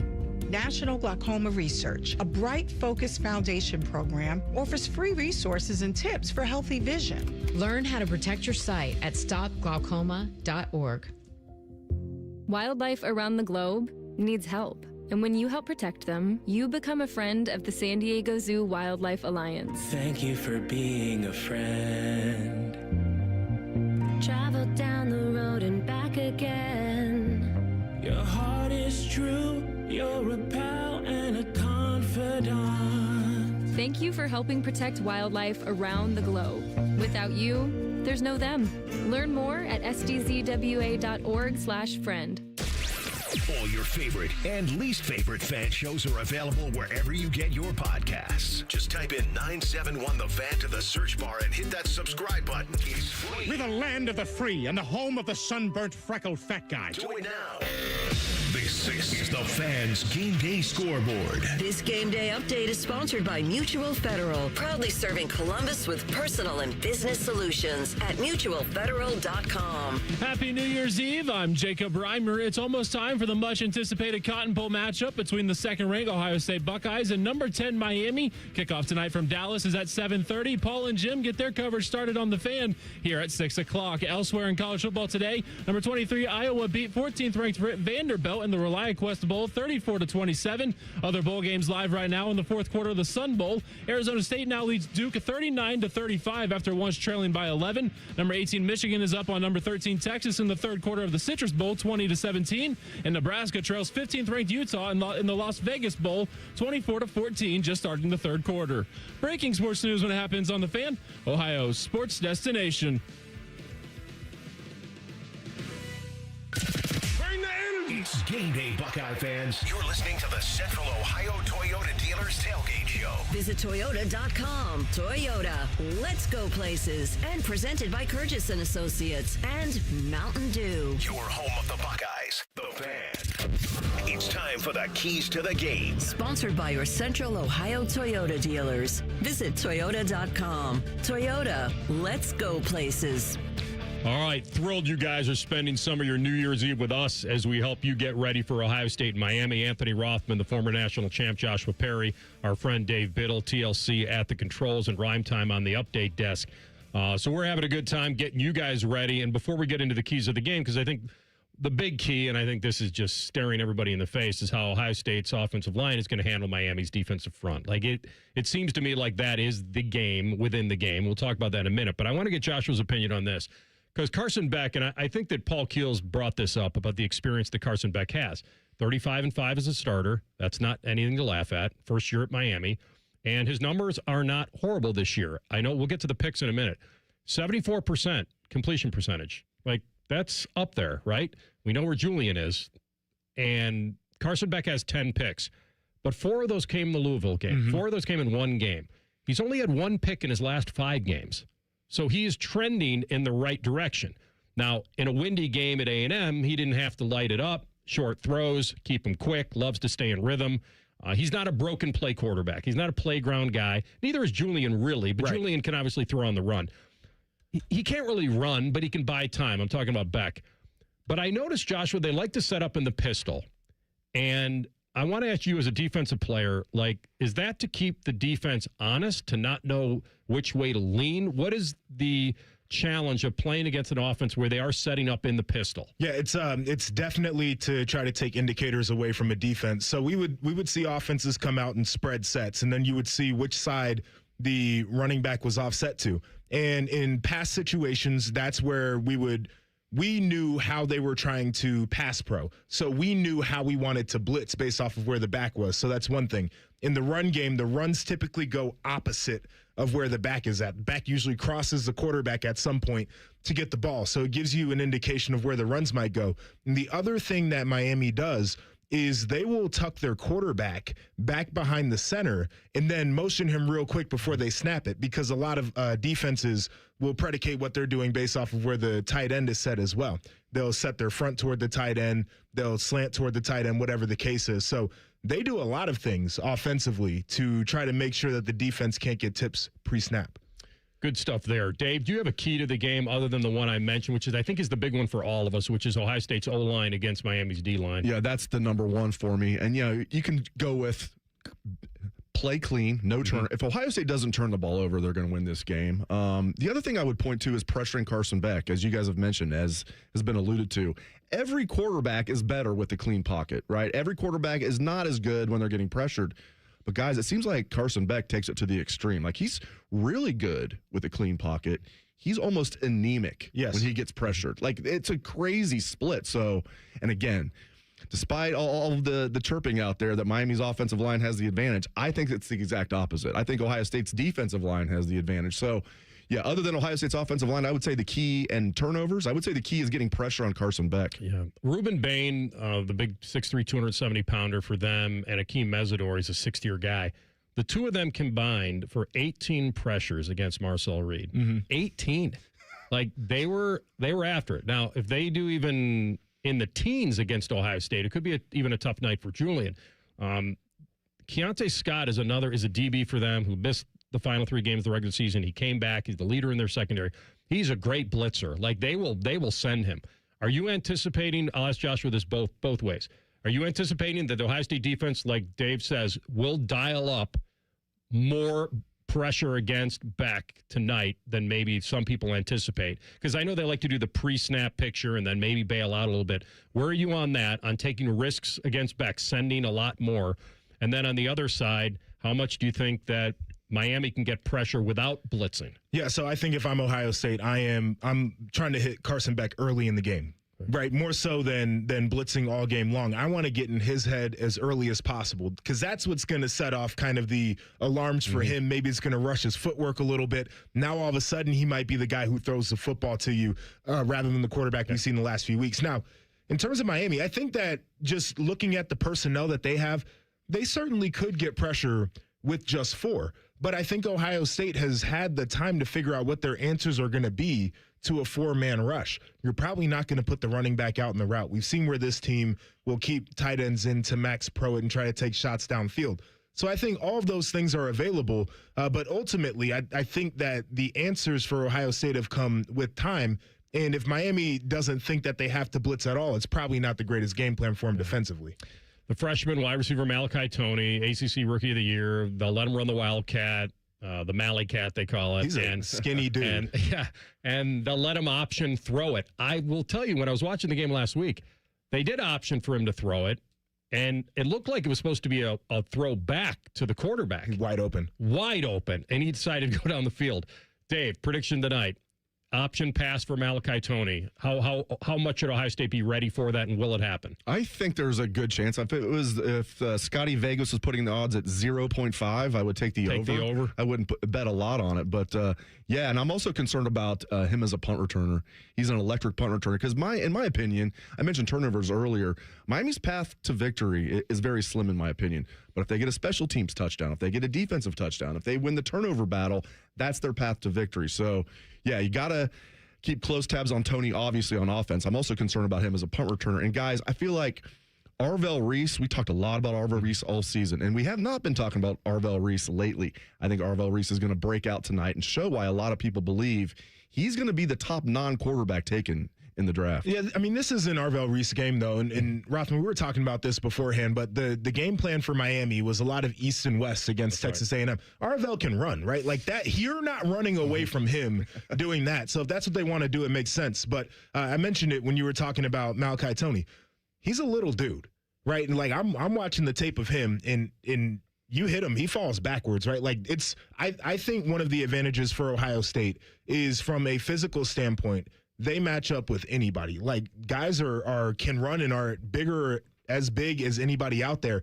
And I think this is one of those where you've got to impose your will physically early on.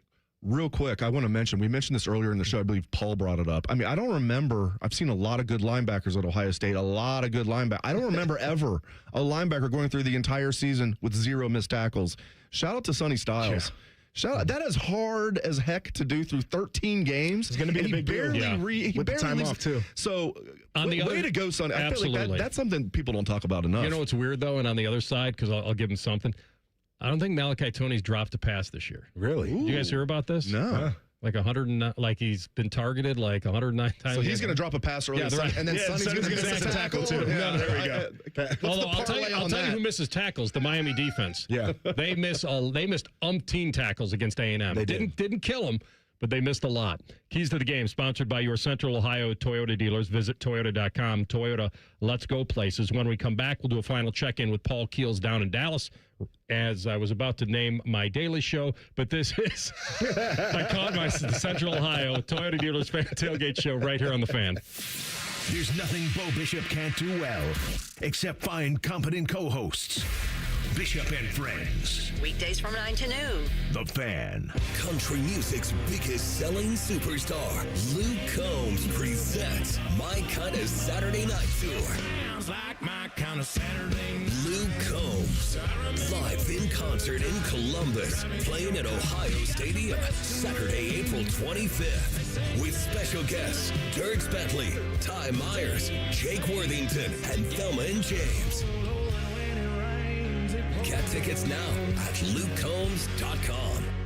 When safety matters most, trust the team that never cuts corners. F.E. Moran delivers comprehensive fire protection solutions across Ohio, protecting lives, property, and peace of mind. From fire sprinklers and alarms to backflow prevention, security systems, and fire extinguisher services, F.E. Moran's nationwide team of experts uses the latest technology to keep you compliant and protected. With decades of trusted experience in commercial, industrial, and special hazard protection, F.E. Moran doesn't just meet expectations, they exceed them. Visit femoran.com today to learn more. F.E. Moran, protecting what matters most. They're trained. They're fired up. Let's do it. When you need heat, they can't be beat. They're Ohio State's undefeated heating and cooling team. For plumbing, drain, heating, and cooling, there's only one team. The Waterworks. Better care, better value, better results. Call the Waterworks at 614-232-2222 or visit them online at thewaterworks.com. A proud sponsor of Ohio State Athletics. You are a very important person. You show up, put in the work, and bring your best to each and every day. It isn't always glamorous or easy, but it's worth it because you're building a life for yourself and those you love. That means a lot, and so do you. When you open an account at Park National Bank, you get more than you might expect. Your own personal banker and the VIP treatment you deserve. Park National Bank, where you mean more. Member FDIC. Our clients deserve for us to care, and they deserve to feel serviced. They have questions, and they deserve answers. We're counselors first because I'm not selling them anything. I'm trying to teach clients how to protect themselves. At Curtis & Associates, we're personal injury attorneys. We've helped and continue to help hundreds and hundreds of clients every year. That's important to us. If you've been injured in an accident and it's not your fault, call now. 614-GOT-HURT. That's 614-GOT-HURT. Curtis & Associates. Attorneys who care. When you're building a single-family house, multi-unit house, townhouse, penthouse, row house, or tiny house, lean on green. Sunbelt Rentals. The Columbus builders who are building Columbus do. They know they can rent the right equipment at the right price right now, thanks to the largest rental fleet and most rental locations in Columbus. All powered by people for equipment know-how, support, transport, and training. So no matter what you've got going in or going up, lean on green. Sunbelt Rentals. Learn more at sunbeltrentals.com. My mom is a veteran and she was injured in the line of duty. I hurt my leg in a training accident when she was only 2 years old. She had 7 different surgeries over the span of 9 years, and there were tons of complications. I couldn't be the mom my kids needed me to be. She missed so much. After my last surgery, I got an infection so bad I thought it was going to kill me. I told her she couldn't leave me yet. There was still so much she had to see. I hadn't even graduated. I'm doing much better now. I may have lost my leg, but I've gained so much. I'm an active part of my kids' lives. She can kick a mean soccer ball. DAV's been there for me and my family. Through thick and thin, they've had our back. Every year, DAV helps more than 1 million veterans like Sandy get the health and disability benefits they've earned so they can achieve victories great and small. My victory is getting my life back. I got my joy back.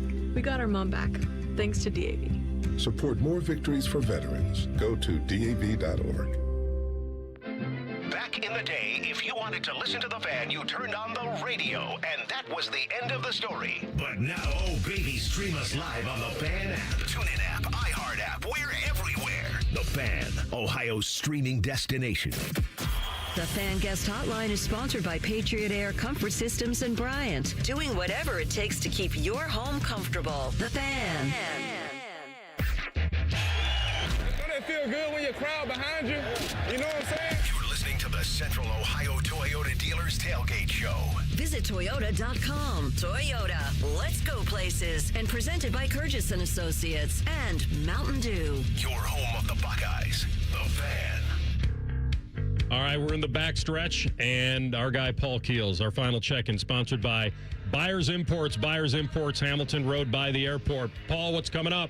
Well, Anthony, as always, we'll hear comments from both head coaches, Ryan Day from Ohio State and Miami's Mario Cristobal. We'll also hear from Ohio State defensive coordinator Matt Patricia about what they've done and what they need to do in this game. Tyler Danberg will talk with Ohio State starting center Carson Hinsman about the chore standing in front of the offensive line. Joe Zagacki, the play-by-play voice of the Miami Hurricanes, will talk about what has led Miami to this point of the season.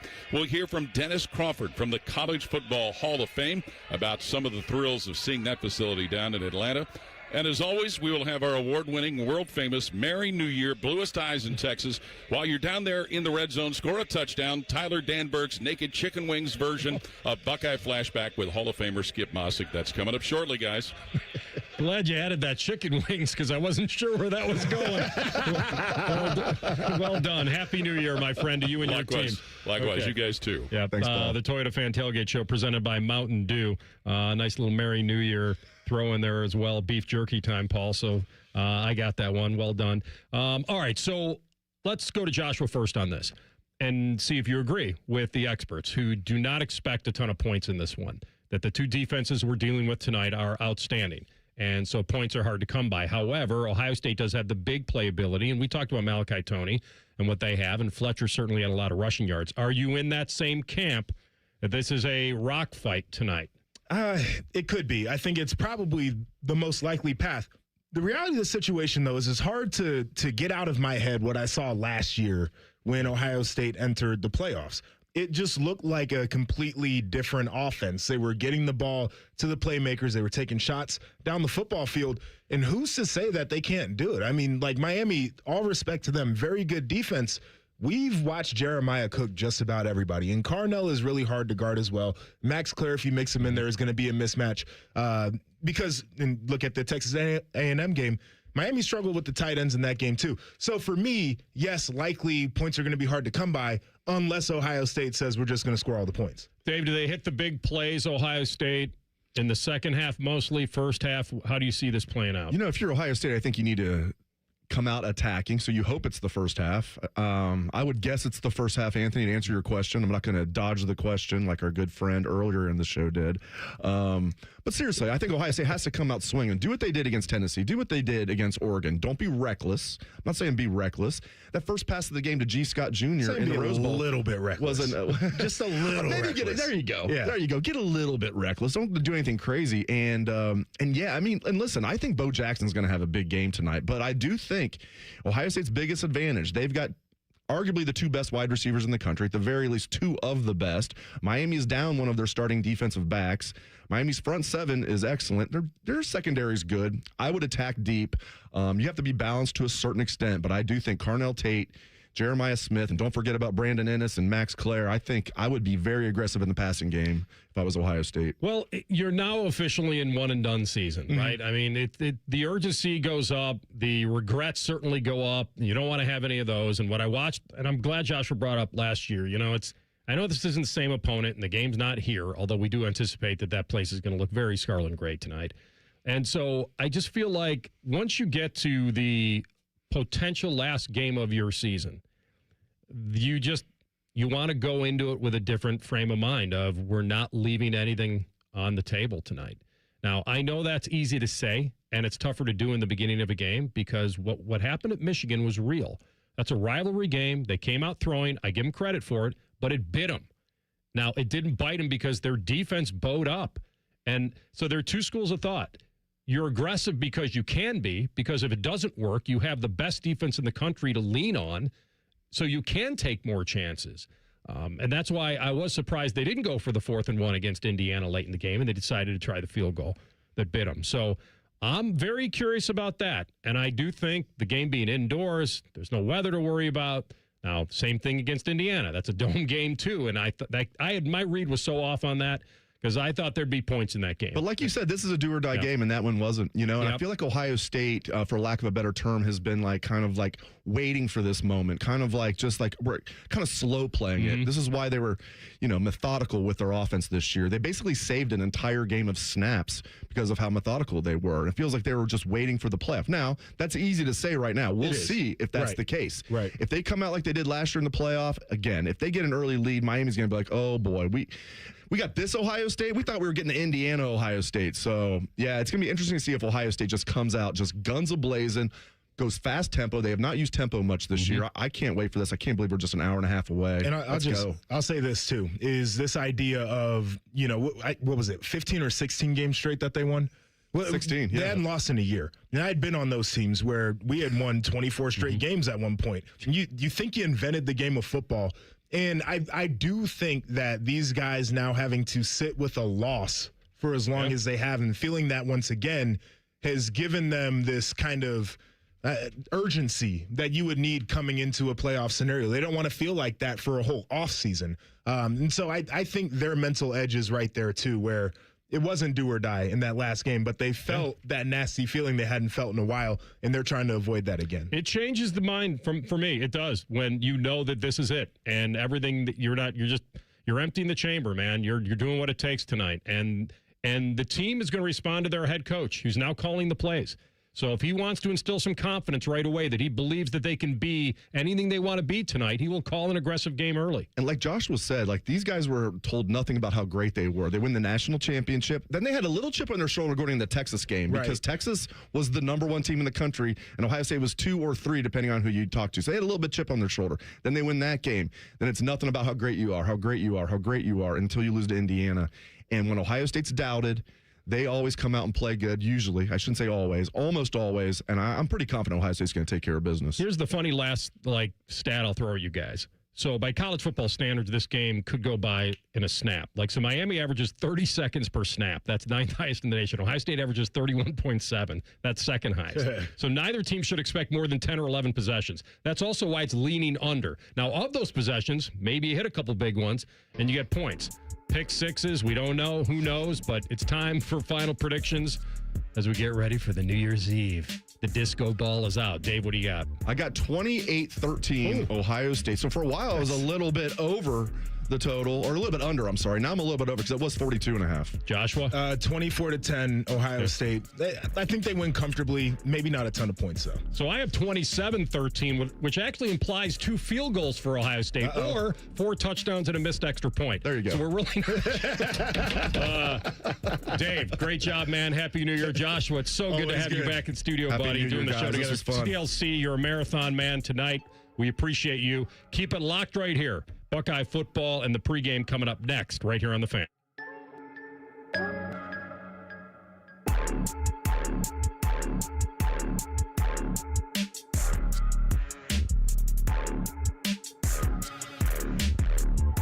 Matty Ice is currently bathing himself in creamy jalapeno dip. And I've officially run out of ways to tease this show. Rothman and Ice. Weekdays at noon.